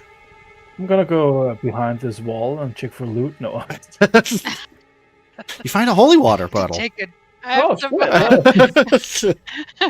But it's Gotta go take yellow. it. And While, it's while loot. Morgan's taking a dump, he finds a vial of holy water just laying there. It's also filled with fleshy pink membrane. Oh. Before Th- catching up with the rest of the party, Yeah. Grom's gonna say a quick prayer to Nevan, sort of trying to sanctify the murder rock. Okay. And as Grum joins us again, Morgan's just gonna put his hand on Grum's arm. He's not gonna look at Grum, just be like, like a comfort grip on the arm, and then let go and keep walking. Yeah. And Val's gonna. Like boys. Okay, this- boys, this- are we ready? We're gonna save a god. We're actually gonna go in there and we're gonna try and actually save a god. I don't know what kind of crazy adventure this is, but are you ready? We're gonna save a god. Us, the four of us, we're gonna save a god. All right, I love your enthusiasm. The door Are you eats sure her. you want to be the first one? Great, you got your sacrifice. Can we go now? Yeah, I don't think I know how to fight a house. Well, I mean, I kind of want to find out. Okay, so Alright, who's pushing the Valley, door open? Valley, love the enthusiasm. Are you sure that you want to be the first person inside? Because you're standing between me and that door. Ernie goes and kicks the door open. Okay, he kicks the door open. Oh, Ernie's a man of action. it's luck, Right. and it opens outwards. That's what Val just. You've been used for the last half an hour. So. Ernie, you kick the door open. The door is grown open into a ruined chapel. A place of worship, the pews have been now smashed and made into makeshift beds. You see children's drawings of Nevan hanging crooked on the walls, colors warped by rot. You see leftover toys that are scattering the very floor. At the end of the room, in the far corner, see something wrapped in sticky... There we go. You see something in the corner wrapped in sticky blackened webbing. A small boy, his skin glowing faintly with a sickly green light, as you can almost feel Nevan's fading spark. His breaths are shallow. When he sees you, he flinches and says the words, "Please don't let it..."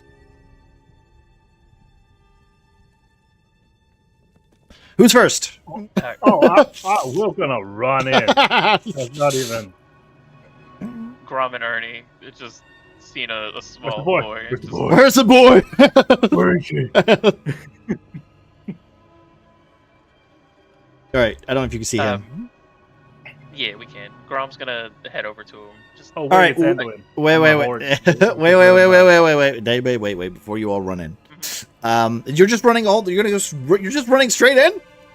Oh, what do we see? well, you said wait, so I was waiting now. Oh, no. That's not how this works. Well, I thought it was a wait, like, hey, I'm trying to do a We're thing. gonna But go yeah, in. no. And then No, DM says, okay. wait. So we're waiting. Okay. What are you doing?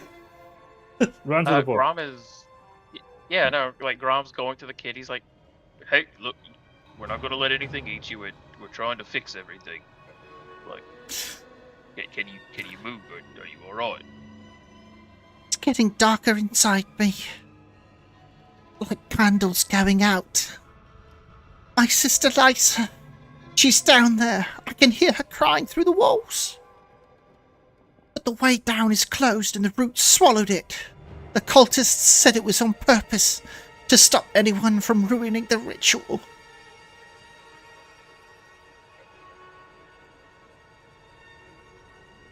How do we get down? I'm an 8-year-old boy. I don't fucking know. Where do we get down? Where did the color? He's literally tied into the wall right now. Like he can look and go like, yeah, but like Grom's gonna try to like undo whatever is binding him. Like, it's just ropes or... Can I just ask, is Val staying by the door? I need to know where you guys are. I'm asking because this is important. Well, I started moving in and stopped there before everyone then charged ahead, so I'm just staying there observing the area. Okay.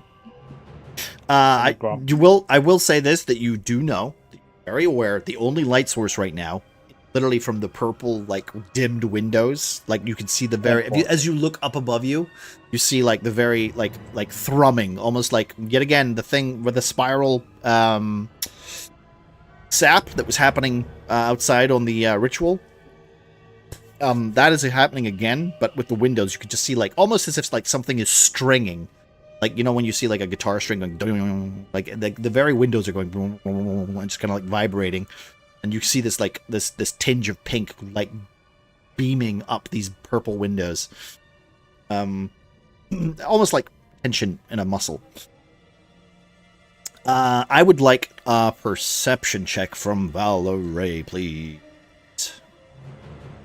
Morgan would have light on, too. I mean, you have light on, but it's very dim right now. You have the only light source on. All There you right. Yeah. Okay.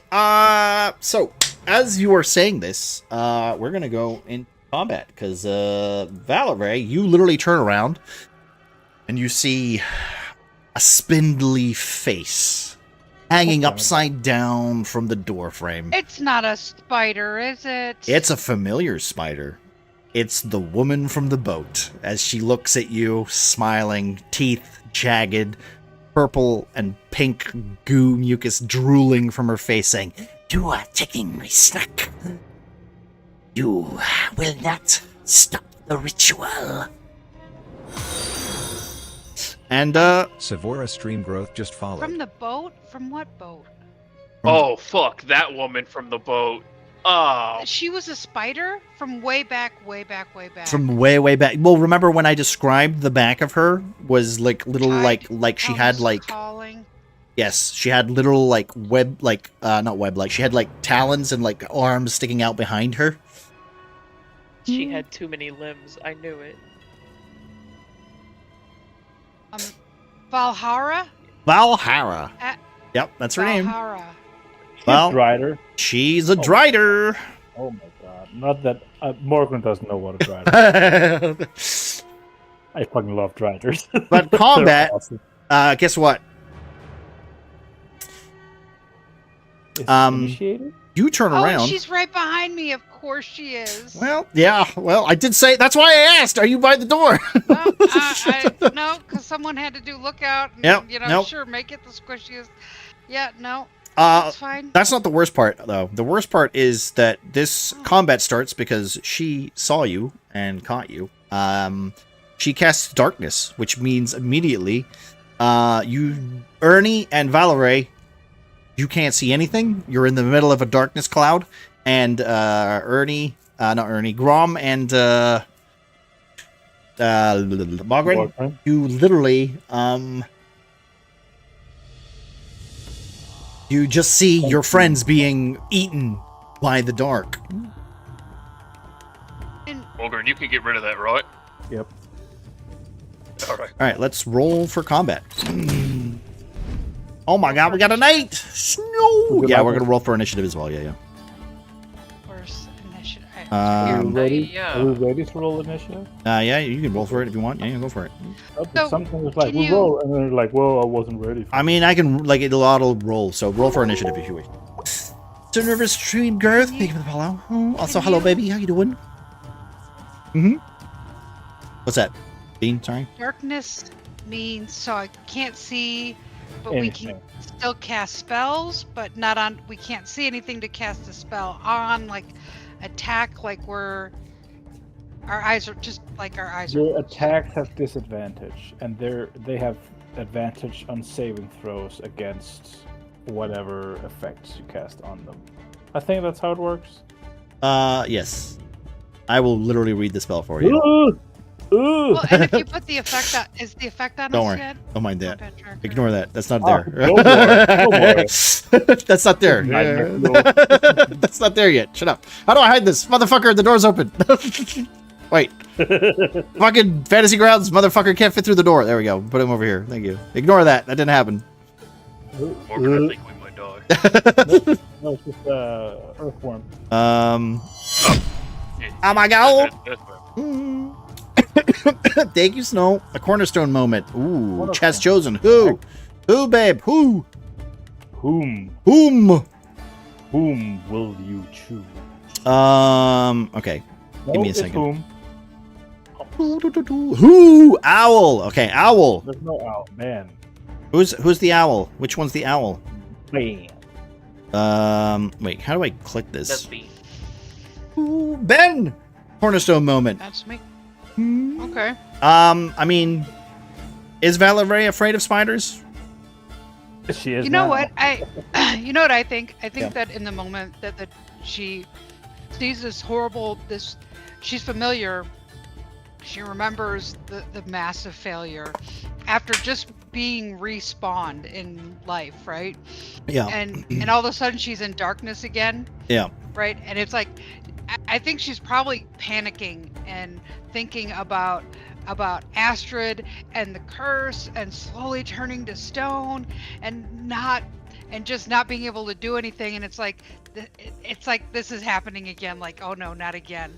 And so I think that she's just tracking on all of that, and just like probably her life passing before her eyes. No, I think it was a what? Oh, so yeah, Yeah, I know. I figured. yeah. It's probably trying to get into our Discord as well, so just ban that there. Okay. Yeah, especially with a name like that, Stream Growth. So yeah, I think she's just her life just flashing before her eyes, and just thinking like she can't win. So can she, in this moment, is she going to be able to muster up strength to fight back and actually win, or is this like just it? So I think that's her. Okay. Well, it's your turn, Bean. You get to go first. Yeah, can you didn't put the darkness on me as an effect. No, I did not. Not an effect on you, it's an area effect. It's an area, like literally the front of the orphanage is just surrounded in darkness. So if you're in that area, basically that's essentially what happens. So there's a 15-foot radius of sphere that is literally just dark vision that you cannot see through. Do I know that? You have seen this spell before, Bean. You've seen it before.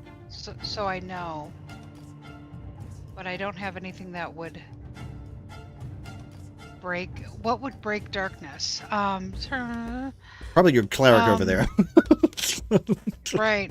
Well, I was just thinking, because I've got that one cleric spell, but it's Sacred Flame. It's on a creature I can see. I can't see anything, so that's not it.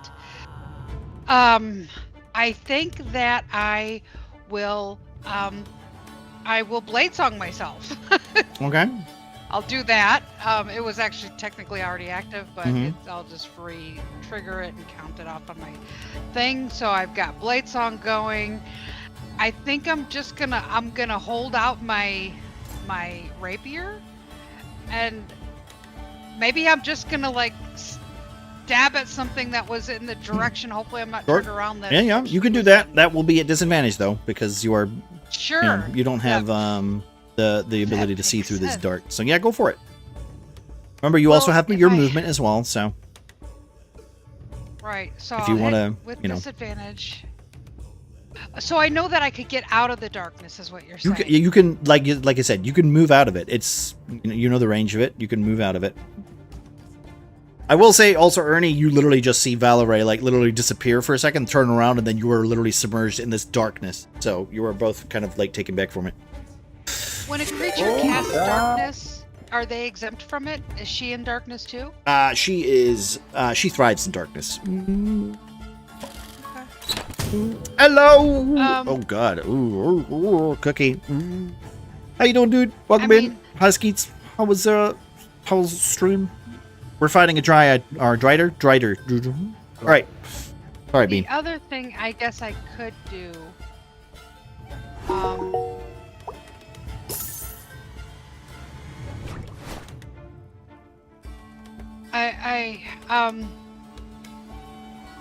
No, I think, especially like based on that moment, and just she's just gonna So with disadvantage, I'm gonna I know it's a silly thing to try to do, but I'm gonna attack with disadvantage. 14. Did you drag? I didn't target her. No, I'm so sorry. Target her and do it again. It's okay. It's the first roll of the game. Target. Am I targeting her? 105. Goddamn. Wait, I think. Come on, target. There it is. I've targeted her. Okay, let's try that again. Skeets, if you need to get away, by the way, dude, please. This time I feel free to didn't roll with disadvantage. lurk and do your usual. I appreciate the raid, my dude. Guys, if you're not already, please go check out my friend Skeets. Again. Okay, so I rolled twice because I forgot to hit disadvantage again. So 23. Okay, 23. That's a hit. Okay. Wait, what the fuck? How did you hit twice? What? I think the first no, because I did disadvantage. Yeah, I know, so... but like it's +5 in the Yeah, first one, and then it's plus right, the 7 in first- the second one. Right, because the first one I clicked the wrong one. I clicked the Dex one, but because I did Blade Song, I'm in Intelligence. Intelligence. So I Okay. get All right. No, I a understand. little bit more. I understand. Okay. 23 All then. right, so Yeah. damage. 8. 14. Yo, 14. Almost like And then as soon as the darkness kind of surrounds you, and on instinct, you just feel that need to persevere. This almost like the second heartbeat in your chest kind of like bursts you to strength as you cast wanna Blade live. Song and just turn, slashing the darkness. You feel like you hit something, but yet again, the darkness encroaches further on you. Right. You get 2 attacks so- now, don't you? At your level I now, 'cause do. you're level 6. You're right. Yes. something you thanks need to for remember. reminding me. It is. So disadvantage attack again. Mm-hmm. Yeah, sure. Let's try it. Nope. Miss, unfortunately. Um, All right. Do you wish to move? I do. She's in the door. I'm gonna try to move quietly. I'm You just will gonna try to take an attack of opportunity if you move out within 5 feet. Just to let you know. Right. Yeah. I'm just moving just towards outside of the door, towards the wall. So that's it. So yeah. Okay. I guess that's your turn. Yeah. Yeah. That's my Okay. turn. Margaret. Fiend of darkness. Yeah. As you descend Oh, into the darkness, your light Morgren fades. is gonna brace himself and walk into the light, into the darkness. I'm sorry. He is then going to raise his hammer up, kind of like a air pump. It's called fist pump. Yeah. Mhm. And then he's going to cast Radiance of the Dawn, which I will read for you because you would like to know what it does. I would. That would be appropriate. As a magic action, you present your holy symbol and expend a use of your channel divinity to emit a flash of light in a 30-foot radius emanating or yourself. Any magical darkness, such as that created by the darkness spell in that area, is dispelled. First of all. Additionally, each creature of your choice in that area must make a Constitution saving throw, taking radiant damage equal to 2d6 plus your cleric level on a successful save, or half as much. It does not say I have to be able to see her before the effect takes place, just any creature of my choice in the area. Okay. Roll for it. So I Or to will target her and do the I spell. have done that, and I will first, because I can roll for her. It said 2d6, but it says 2d10. He might have misread. Also, it might be a higher level because he's level 6 now. Could have been 2d6 at the beginning. Leveled up to d10 as you get level 6. 7 points of radiant damage as literally you dispel the darkness. In a peak of like 10 seconds, the darkness literally fades. Light kind of beams out. This is the brightest that you've ever seen. Ernie, I guess you turn around and go, ah! Like getting flashbanged almost. As the light kind of just fills the room, the creature almost like hissing and like pulling back, its front tendrils kind of like almost like breaking into the web-like fluids that are sticking from the door frame, and it just hisses and kind of like pulls itself into the orphanage.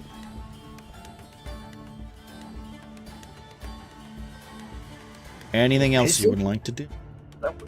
Casey? Same magic action, and that's an action too. Oh, I don't really have many the bonus actions, do I? Oh boy. Oh boy.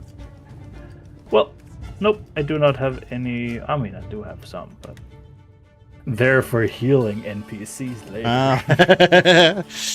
Stay there, little boy. I got a healing spell for you. I think Morgan will kind of hold down like the center portion of the church. Yeah, hold the line. Hold the line. Be like anything from anywhere. he should be able to cover pretty well from here. Yeah, okay.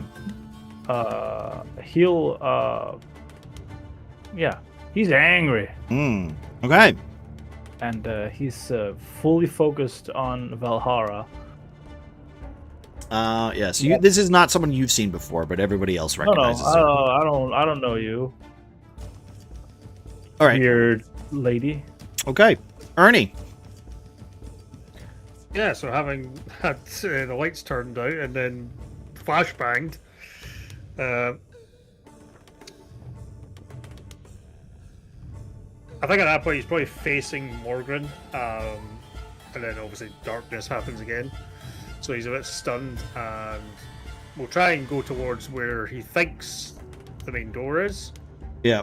I would say that the darkness is gone. Like, you literally, it's like you are literally, you can see now. I'm more thinking like you still go like flashback. Oh, like okay. It's still Yeah. like brightness, so just for a giggle roll, I'm just gonna do a D4 and see which direction. See, what's that? Just gonna head this way. Yeah. All right. And then just literally face plant into the wall. Okay, as you run straight, you just hit the wall. I'll say that kind of knocks the sense into you. You only move 10 feet, so I will say you have the rest of your move if you wish to. Yeah. Just I was like, oh, there's so, oh shit. And then just charge forward. Okay. Go to rage. Rage as he rages. I will say, as you grow closer, you do see what looks like a sack that is hanging from the waistband of this of Valhalla, with what looks like feet just hanging out of it. Oh. Well, that's not gross at all.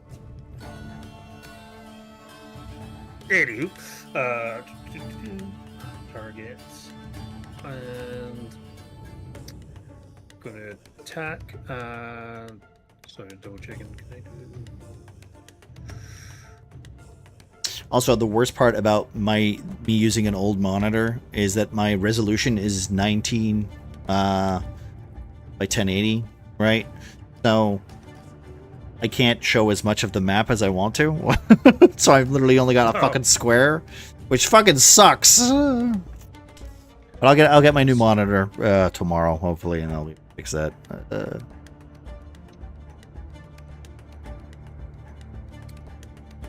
19. 27 to hit. That's a hit.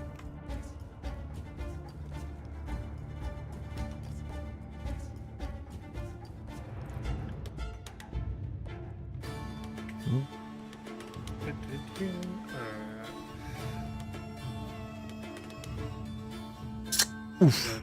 Hit with a 12. Boom. Nice. As you slash like one of its limbs, like literally this pink ichor goes kind of spraying, drops all over the thing. You can almost see it hiss as it hits the ground, as if this creature's body has some sort of poison. Oh, lovely. I'm going to go for extra attack. And yep. 26. That's a hit. And then 15. Boom. 15. Not bad. That'll be Ernie's turn. Okay. Right. Grom. Seeing Morgren flashbang the room and dispelling the darkness that was there, Grom can clearly see an opening. That is just the right size for him to stand in and to take a swing at Valhalla. The very big and spooky Drider lady that he has seen only once before while she was barking orders at people who folded him like a fucking omelet. Yeah. Mama didn't raise no bitch though, and Grom is a very bold boy. So he is going to move across the room, getting within range. And bonus action rage. Of course. A little bit of rage. Because just a smidgen. Just a smidgen. Not too much. Not too much. No. Yeah, only a little bit. And as he is raging, he is going to take his first attack. Yeah, he's gonna use a reckless attack. And attack Valhara. 14 hit? Or no? It's a miss. Okay. Well, with his extra attack, he is going to swing again.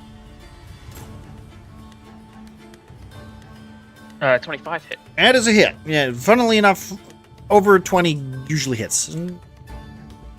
Okay, cool. And that is this damage. He is also going to then proceed to slap her with a little bit of Radiant Divine Fury. Radiant Divine Fury. Boom. 9. Okay. And an additional D4 Necrotic. Ooh. Okay. Just give 3 hit points back to that.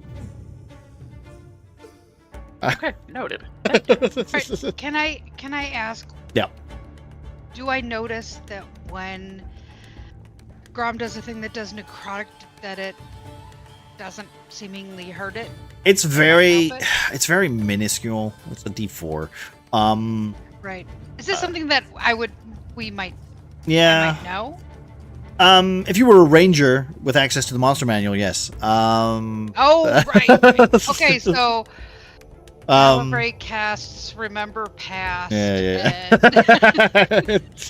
I'd say yeah, sure, why not? Like just to save yourself time. The fact that like it's clearly necrotic in some sense. Like it's got some sort of like it's very like the radiant. What you would basically learn probably by how much damage you're doing is that radiant seems to hurt it quite a lot. That's what you would probably learn rather than, oh yeah, the necrotic's healing it, right? Just because of like the vast difference in the damage types. Is that your turn, Grom? Yeah, that is bonus action, action, and extra. Boink. Well, guess what, guys?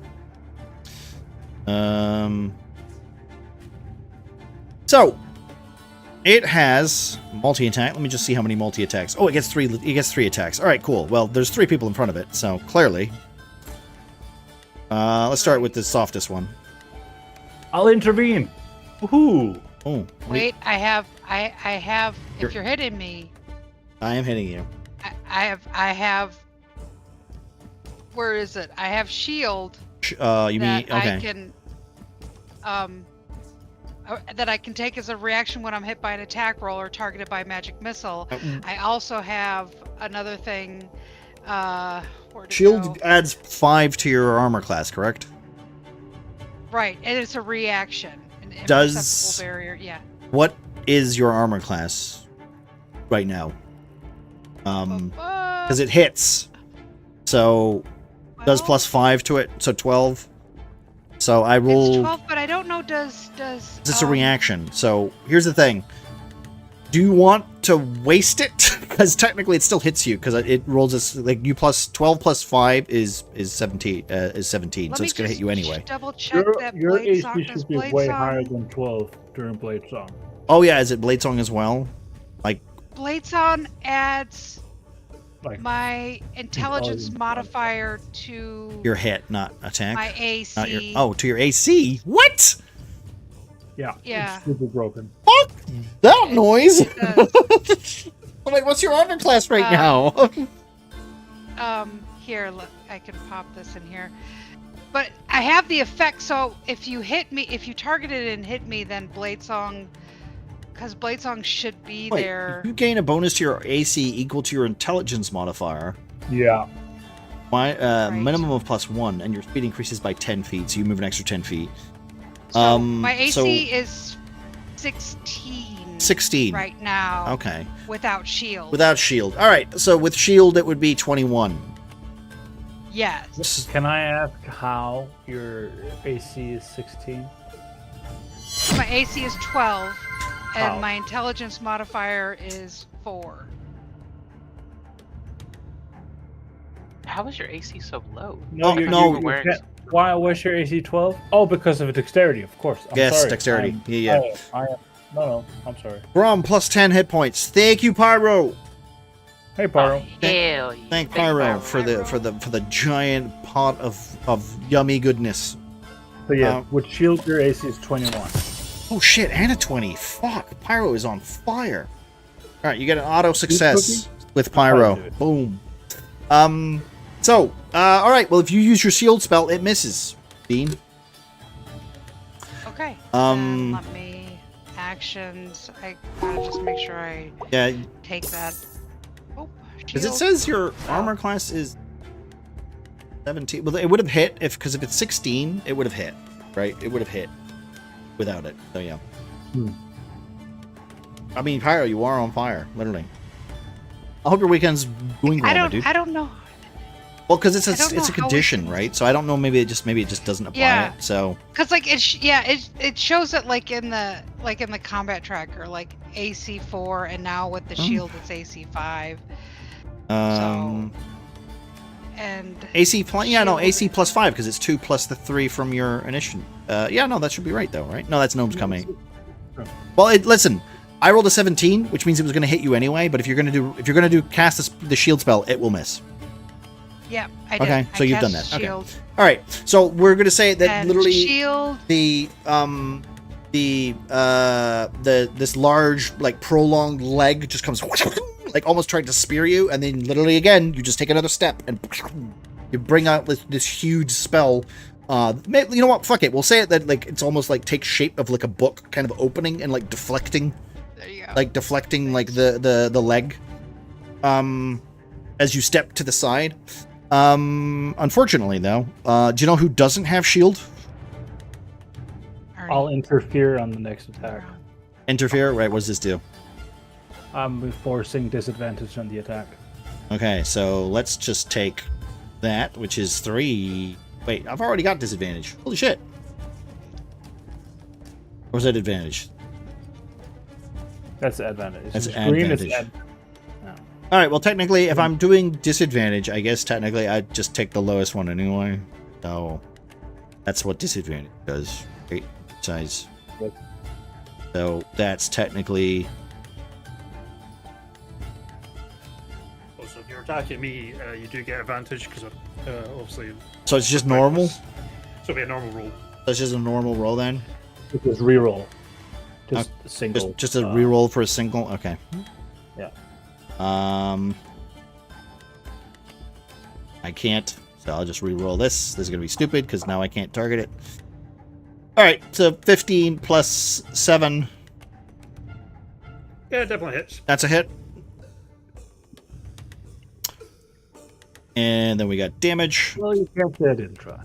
Hey, I mean, yeah. Boom! 14 points of piercing damage as this leg literally goes almost, you know what, we'll say that like the one that kind of like Valerie kind of dodges, like almost like it's remarkable because you were like, oh god, watch out, and then just suddenly you see one coming at you, and then in that second it just like scratches across your arm and like almost kind of just like penetrates straight down, like gashing your chest. And finally, excuse me, Ernie, does it say you have taken 34 points of damage? I had like 29 from before. Hey, that sounds like metagaming to me. Shut the fuck up. I'm sorry. Oh my god, Ernie, you're bleeding a whole lot compared to... Right, oh shit, my I God. fucked that up. That doesn't count. I'm not rolling that one. I have to re-roll. You know what? Second. Just for the metagaming, I'm gonna do another one. I'm not. All right, 22. Does that hit you, Grom? Yeah, 22 hits. All right. This is 3d6 plus 3 poison damage. All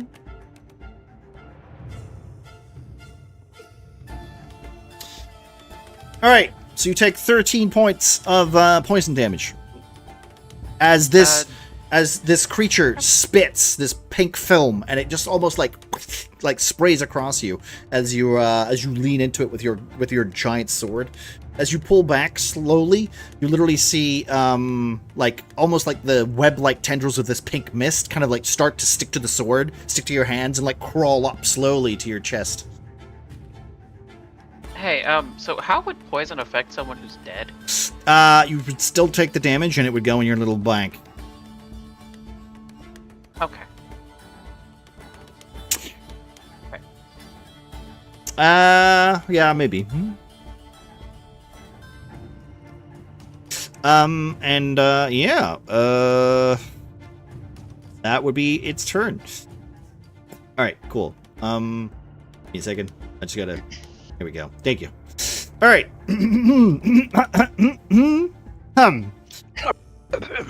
Right. So, as you all start to lay into this Drider thing, you see the very floor itself start to almost build itself up. So, by the way, yeah. that thing is not on our map. It's only on your map. This thing, I'm not visible because now it's visible. There we it go. is. I got it. I had to hide it because it was it popped up like a couple times by accident. Anyway, so the very floors itself kind of starts to move. You see like literally like bits of wood, the makeshift pews kind of fall and collapse as the very floor itself starts to almost like pull itself up, rising up. In that second, can you do me a favor, Mogren? Can you roll a perception check for me? Of course. Well, the kid's saying, I told you it was gonna eat me! Don't let it eat me! 11. Alright. With your 11, I will say very, very subtle. Like, you see a fraction of a second of it. The very center of this creature seems to have what looks like some sort of door in the center of its mass.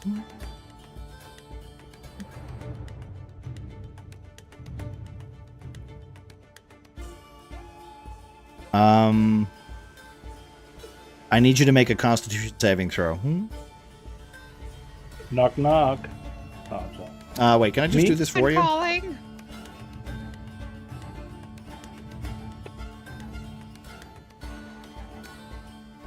Holy shit, that's a lot of saves. How many saving throws are you making this man make? No, that's for all of you. That's Oh, okay. Oh. Shit. So, okay, Grom, you take 1 necrotic damage. No, I don't. I'm good. Yeah. Add it to the pile. Add it to the pile. Yes. Grom, you also, sorry, I think everybody, the only one who succeeded was, Ernie. So, Ernie, you don't take wait, okay, not that. Wait, I gotta roll. Everybody else, sorry, give me a second. I gotta literally do this. Wait, hold on. Wait. Clarifying question. Yep. The poison damage from before, is that getting added to the pile, or is that also being taken off my health pool? I have to make sure. It's also being taken off your pile. Okay, cool. So you take... Can I also throw out this? What's this? Once per turn, when I take damage from a spell or magical effect, I reduce the total damage by 1d4. Yeah, you can do that. If you want to reduce this damage to... What did I hit you for? I don't know, but I hit you for 3. I hit you for 3. So if you want to roll a d4, we can absorb that if you want. Yep. Yeah, Boom! Like an automatic you take 1 thing, damage. so You take 1 damage. Want to know what I can do to reduce damage? What's that? Nothing at all. Okay. Yeah, that's good. So you... So the floor basically woke up and started almost like pulsing. You see this purple like vibration just boom across the floor. The trapdoor in the center of its almost like its mouth area, kind of like creating this makeshift like flesh mimic. The very pulsing dread that you feel in the back of your neck, the hair raises up, almost like you know this is the creature that would literally is your target, is your objective.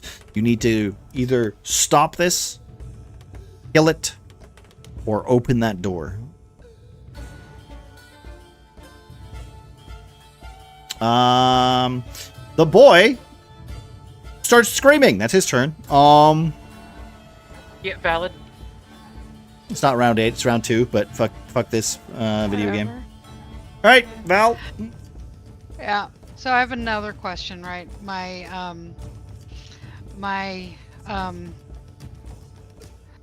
blade song. No, my multi attack, my extra attack, right?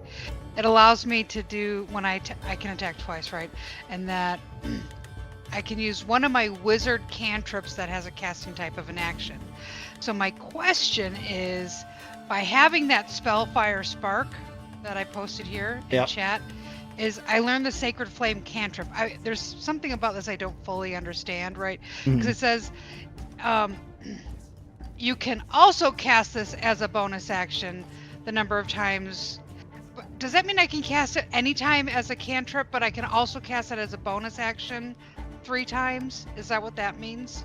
I think it means that you can, if you take the attack action, you could do it as a bonus action, right? Otherwise, you would usually take it as, like, you would usually cast the cantrip as an action, right? Like, but since you are the spell slinger type, like, you can do it as a bonus action. So does that mean I can attack twice with my saber and do the Spellfire as a bonus action?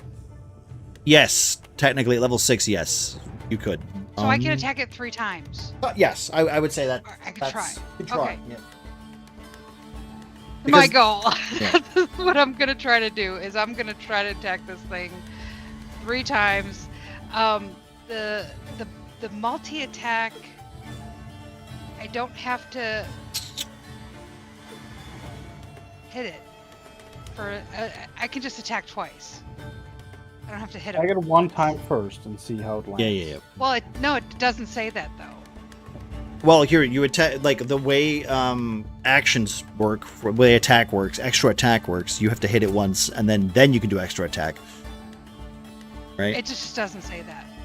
Just Says roll you can the attack die. twice. You attack instead of twice, once yeah, whenever yeah. you take the action. So yeah, let's just roll the dice to attack it. Nope. Well, that's miss. But I can attack it again. Yep. Yes. Yep. All right. Cool.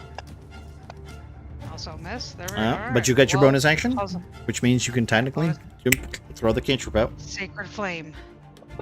Oh, that hits.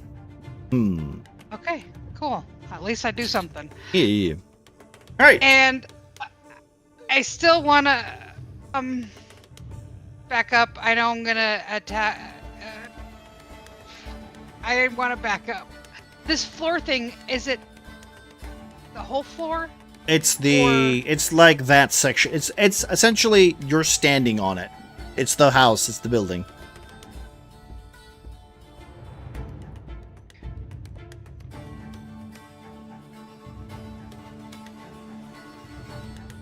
I feel like I still want to move, even though it's going to do an attack of opportunity.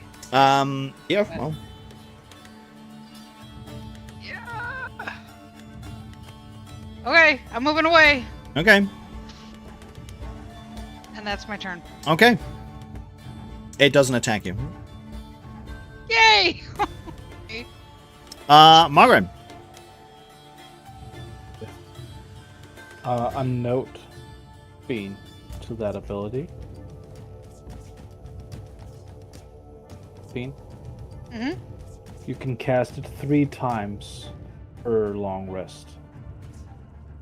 Well, it says I can cast it as a As bonus action that number a of number times. of times equal to your proficiency modifier. And proficiency Right. modifier right now is 3.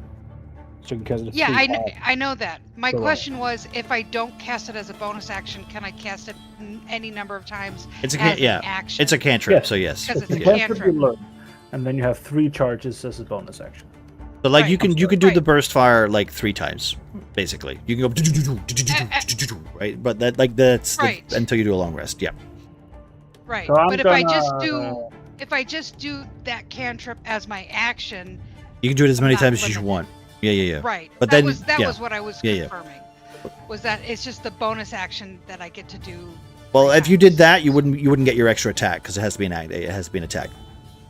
Right. Right. Exactly. Okay. Margaret. Thank you. Yep. That's I'm gonna look at the Dratter, Mm-hmm. look at my team battering it, look at the floor. Gonna raise my hand towards the floor door creature, Mm-hmm. and I'm gonna cast Scorching Ray. Oh, okay. Critical hit. Ah, fuck yeah.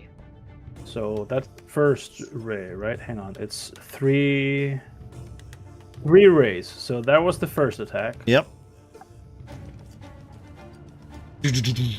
Okay. As you basically just shoot rays of pure sunlight.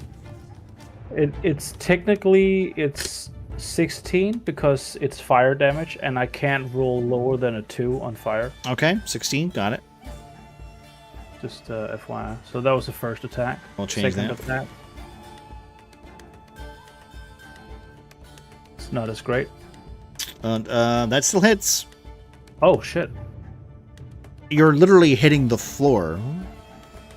7. And then 7? Last ray. Are you actually targeted on me? I am. Now that is a miss. Good. I hit the point. No, I don't. Oh, hey, Lambo. You was summoned. Is there anything else you would like to do? Yes, I would like to. Let me just mark off spell slot first. And then I would like to shout out. Give my boy Ernie a shout out. Ernie! Hey, boy. Don't you go dying on me, boy. Something like that. Okay. I'll cast healing word. Here you go. Here you go, bud. Boom! 10 hit points, Ernie. You feel the wound that the spider creature had impaled you with healing. The tissue recollecting, and a very warm sunlight brush your neck.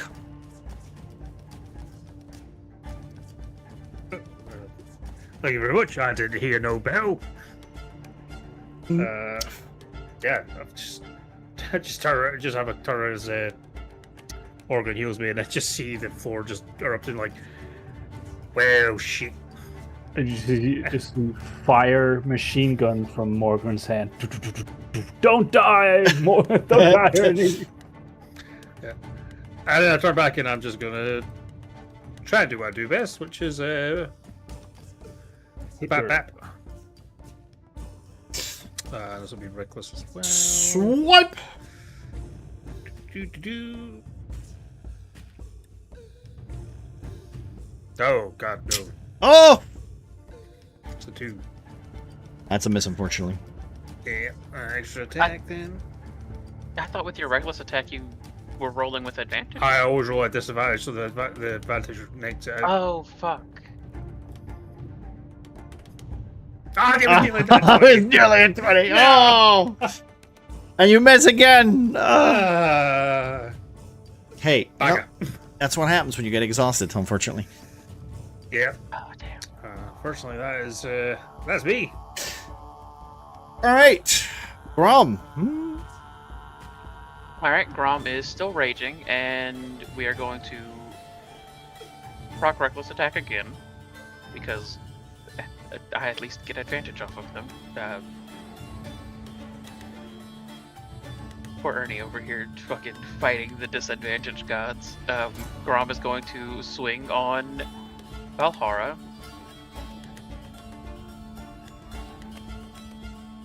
I do not think that misses. That is I a don't miss. think that hits. That's a miss. And alright, fuck it. Extra attack.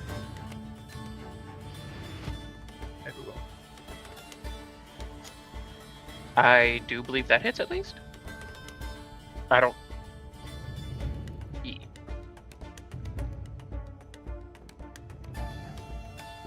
Boom, boom, boom, boom. Alright. As you bring down your great 14 sword, damage. boom, cutting and we're it. hitting her with the radiant again. Another 3, boom. It turns 8. The radiant damage kind of literally makes this creature's red eyes almost glare over slightly with a milky film. Anything else? As our bonus action, we are going to be using Warrior of the Gods. Ooh. I think I could just drag this down here and share that like that. There we go.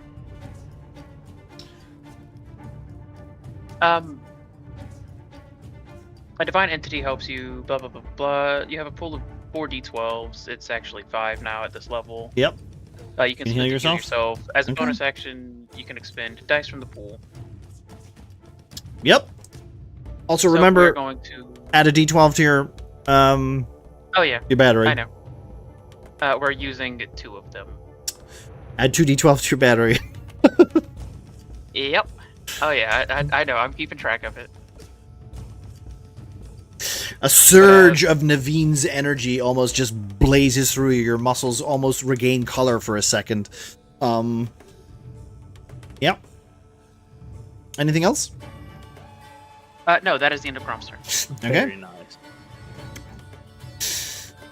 This Valhyra literally kind of almost hisses as she looks at her damaged wounds. You see bits of her almost like fall off, dropping to the ground.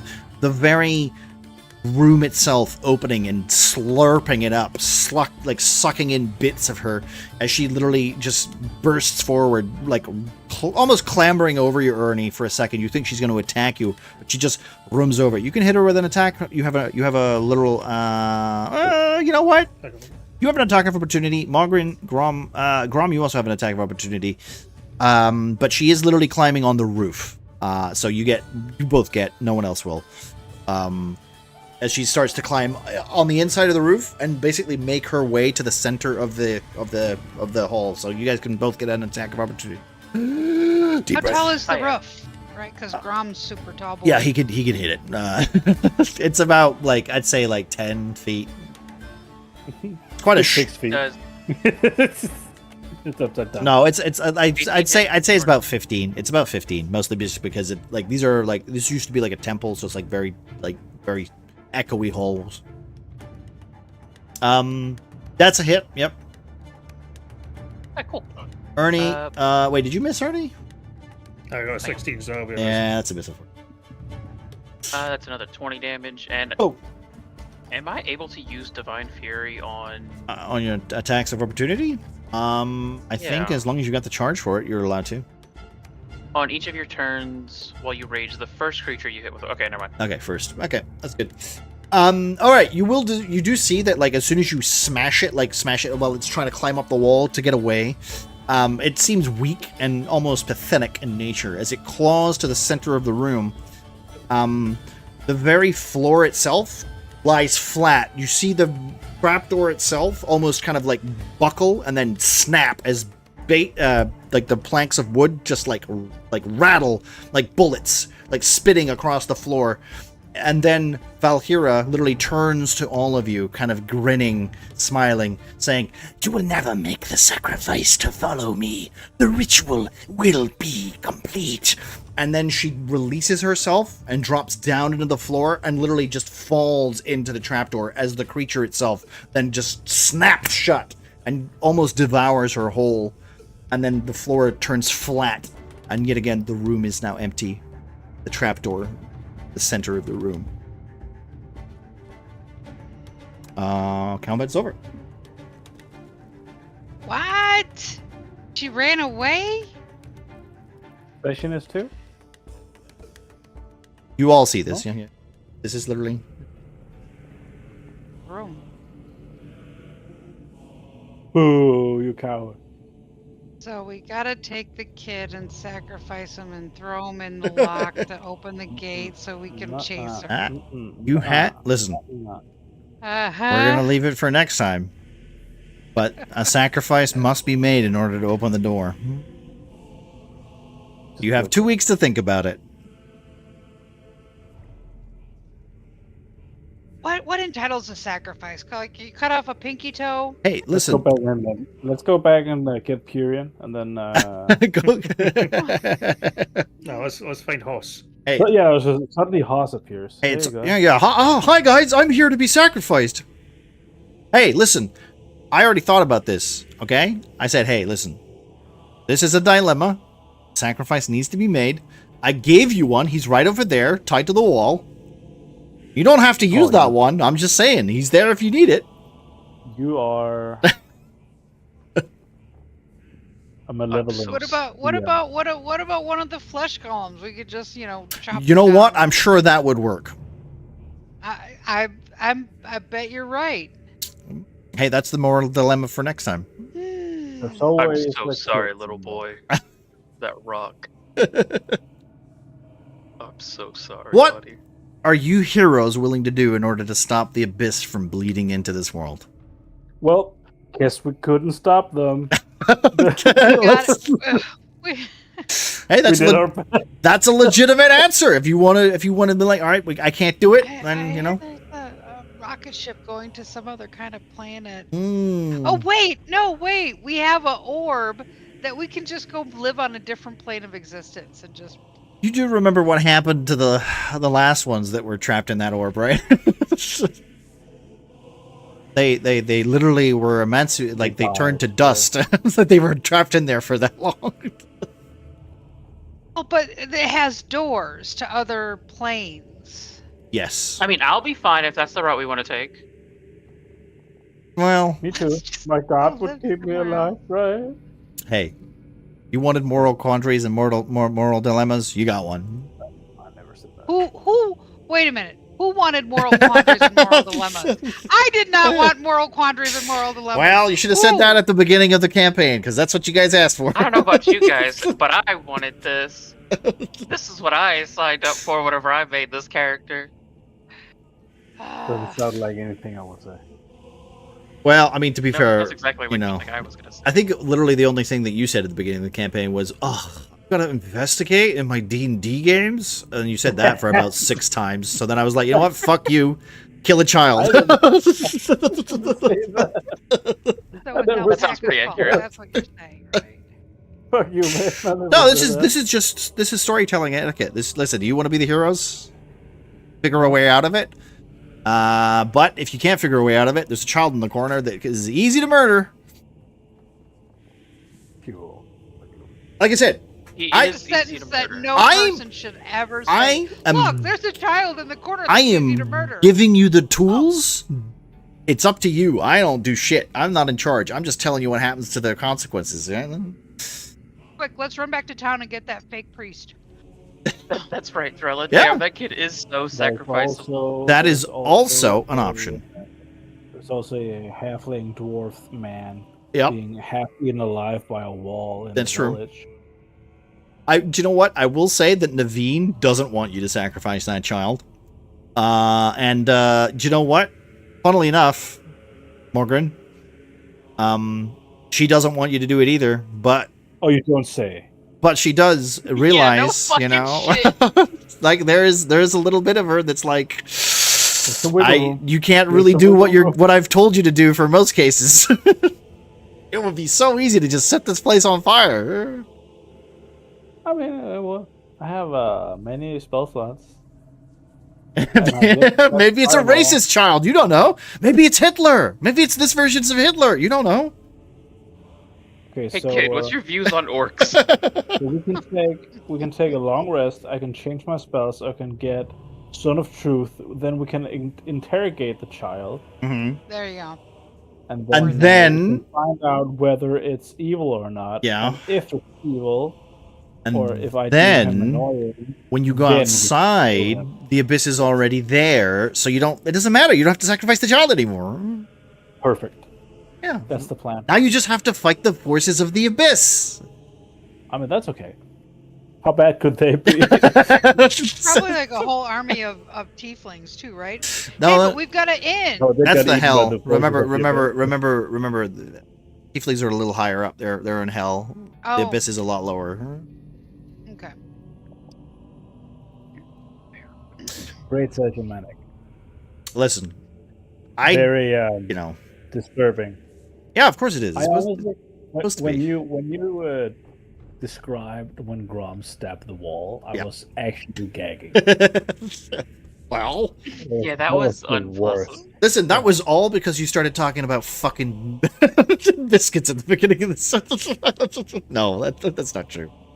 Listen, if it's not wet and soggy, like paper mache being squeezed between your toes, are you even really feeling horror?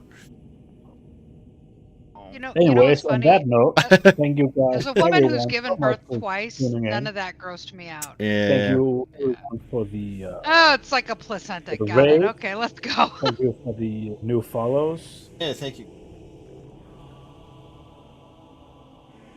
Where we at? Yeah, can I have a look? Can I have a look for raid targets? We got a Skeet raid. Thank you, Skeets. Yeah, thank you for that, dude. Appreciate you guys. Also, one more time, can we get a shout out for Skeets and can we get a shout out for Somewhat's Killed? Thank you again for the raids, guys. Appreciate you. Drella, thank you again for the 14 months. And Marcy, thank you for the 37. Casper, thank you for the 7 as well. Appreciate you, my guy. Also, thank you for the lurks, guys. As always, appreciated. Pyro, remember, you had an automatic success. You should have used the automatic success, Hobo. Shit. Okay, Yeah, well. well. I mean, it's alright. Oh yeah, we could have it's, slapped her. Oh, no. Oh, yeah, that's okay. She was actually quite low. She's not got a lot of hit points, unfortunately. Sneaky! Thank you for the I feel like fine. if I had so hit more if of my only- attacks, we could have killed her. Yeah, well, I missed 2 of my attacks too, so. I didn't miss even one of my attacks. Well, unfortunately, you didn't kill her, and she escaped because I looked at the time and was like, whoops, we're 20 minutes past. Let me just end this combat real quickly, which means he's going to be in the next combat. just left it there. No! I am going to bed, and I'm going to bed now. I'm going to work. I have work. Yeah. I'm leaving for work in 5 hours. Well, as I said, No, like I 6 said, hours. now you've got a moral quandary to think about for the next 2 weeks. Or don't think about it. Whatever. Use the child. It's up to you. I'm not gonna think about it, and then when we come back, I'm gonna be like, "Oh, what did we do?" Like, "Oh, right, the child." Oh, Yeah, the child. All right. Oh, we got Sebastian. Have any on Saturday? People who need to play, like, could you guys start like D&Ding on Saturdays, guys? Come on, I need more people to play D&D. Saturday. Yeah, but you guys don't stream, so you know. Also, you do it on the other Saturday. Well, this one's busy. Let me see. We can raid Pyro. I mean, he's not online. No, but he's we'll raid him. not. Yeah, we could raid him. You know what? We can go Sebastian. I don't think I've raided Sebastian in a while. He's doing Dark Souls 3. He's also a lovely dude. He's also a very fun man. Also, I'm already in there, so I assume that's where Cal went. Also, I'm here too. Oh, that was Skeets. Ugh, tabs of myself up. Oh, I'm in IB patch. Oh, that's where. All right, cool. Let's get out of here. We're gonna go see Sebastian. He's doing some level 1 runs, fun runs from Dark Souls 3. If you like this, follow the man. He's a lovely dude. I appreciate that. Like your Dark Souls is. Got a beard that rivals alpaca. Exactly. Then I won't be joining the raid. No, don't worry. Have a good night, dude. As always, thank you everybody for joining, and we will be back in 2 weeks to see if the party sacrifices the child or not. Whee! I mean, they have options. They can sacrifice. Yippee! They can figure it out. Guys, listen. You could sacrifice one of yourselves. You could sacrifice a child. You could go and find a puppy, maybe, in the woods. I mean, also, you know. Wait, guys, hold on. I know the answer. We sacrifice Grom and everything explodes. Problem solved. That might stop. They never said it had to be a physical sacrifice. They did say something that is wait, what was the word I used? It was very specific. Give me a second. This better be I have to close down. Note takers, please. Note. It said only a life freely given may open the way. Oh. Freely given. Dum dum I dum. freely give your life. I freely give this child's life. Hey, you might have to talk the child into it. No, I'm not. No. That's it. Shut up. I've made it even worse. You are a cruel man. Wait, are we not rating yet? Did I type the wrong thing? I shouted him out. I shouted him out. Out. Fucking dumb motherfucker. Yes, we I thought are. Maybe you were just chatting. Uh, Yeah, work. You made it just in time. we made it just in time to raid Sebastian. Here. I'm spelling his name right. Sebastian. As I am. All right. Okay. Just go to prison and throw the criminal in. Hey, listen. Downstairs, there is something going on that's spooky, scary, that's literally changing the landscape of the world. And our heroes need to get down there and stop it. It's full of skeletons. I mean, you hope. But hey, maybe next time you can ask the kid, because the kid he's got a bunch of knowledge. He's literally been a spectator watching people go down there. Yeah, well, he doesn't know shit. I asked him how to get down there. He's like, I know, I made you. Yeah, know. but to be fair, the reason that he didn't answer that is because the giant spider came in and I was putting you into a combat. So maybe ask him next time. You could have started it, answer it, and then interrupted yourself and be like, "Whoa!" And then the door goes, "Whoa!" Well, Listen, shit happens. Calibre gets eaten by a spider. Hey, you got away.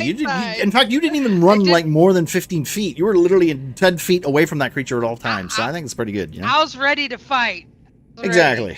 And with the amount of You know, burst I'm a damage you little can do now, brave. what? I'm a little worried that you have a higher armor class than fucking Bernie over there. All right. We have to verify that those two things stack. Yeah. Well, Song yeah. And the shield. The They thing. will because it's literally a spell slot. You're using a spell slot for it. That's why it does. Okay. All right. Okay. Well, see you guys next time. As always, I hope my monitor comes on Monday, because if it doesn't, I'm not going to be streaming on Monday, because I'm not streaming without a monitor. So hopefully that works. I'll let you guys know. And yeah, we'll see you. We'll see you later. Have a good one. Let's go see Sebastian. Bye-bye. Bye-bye. Bye.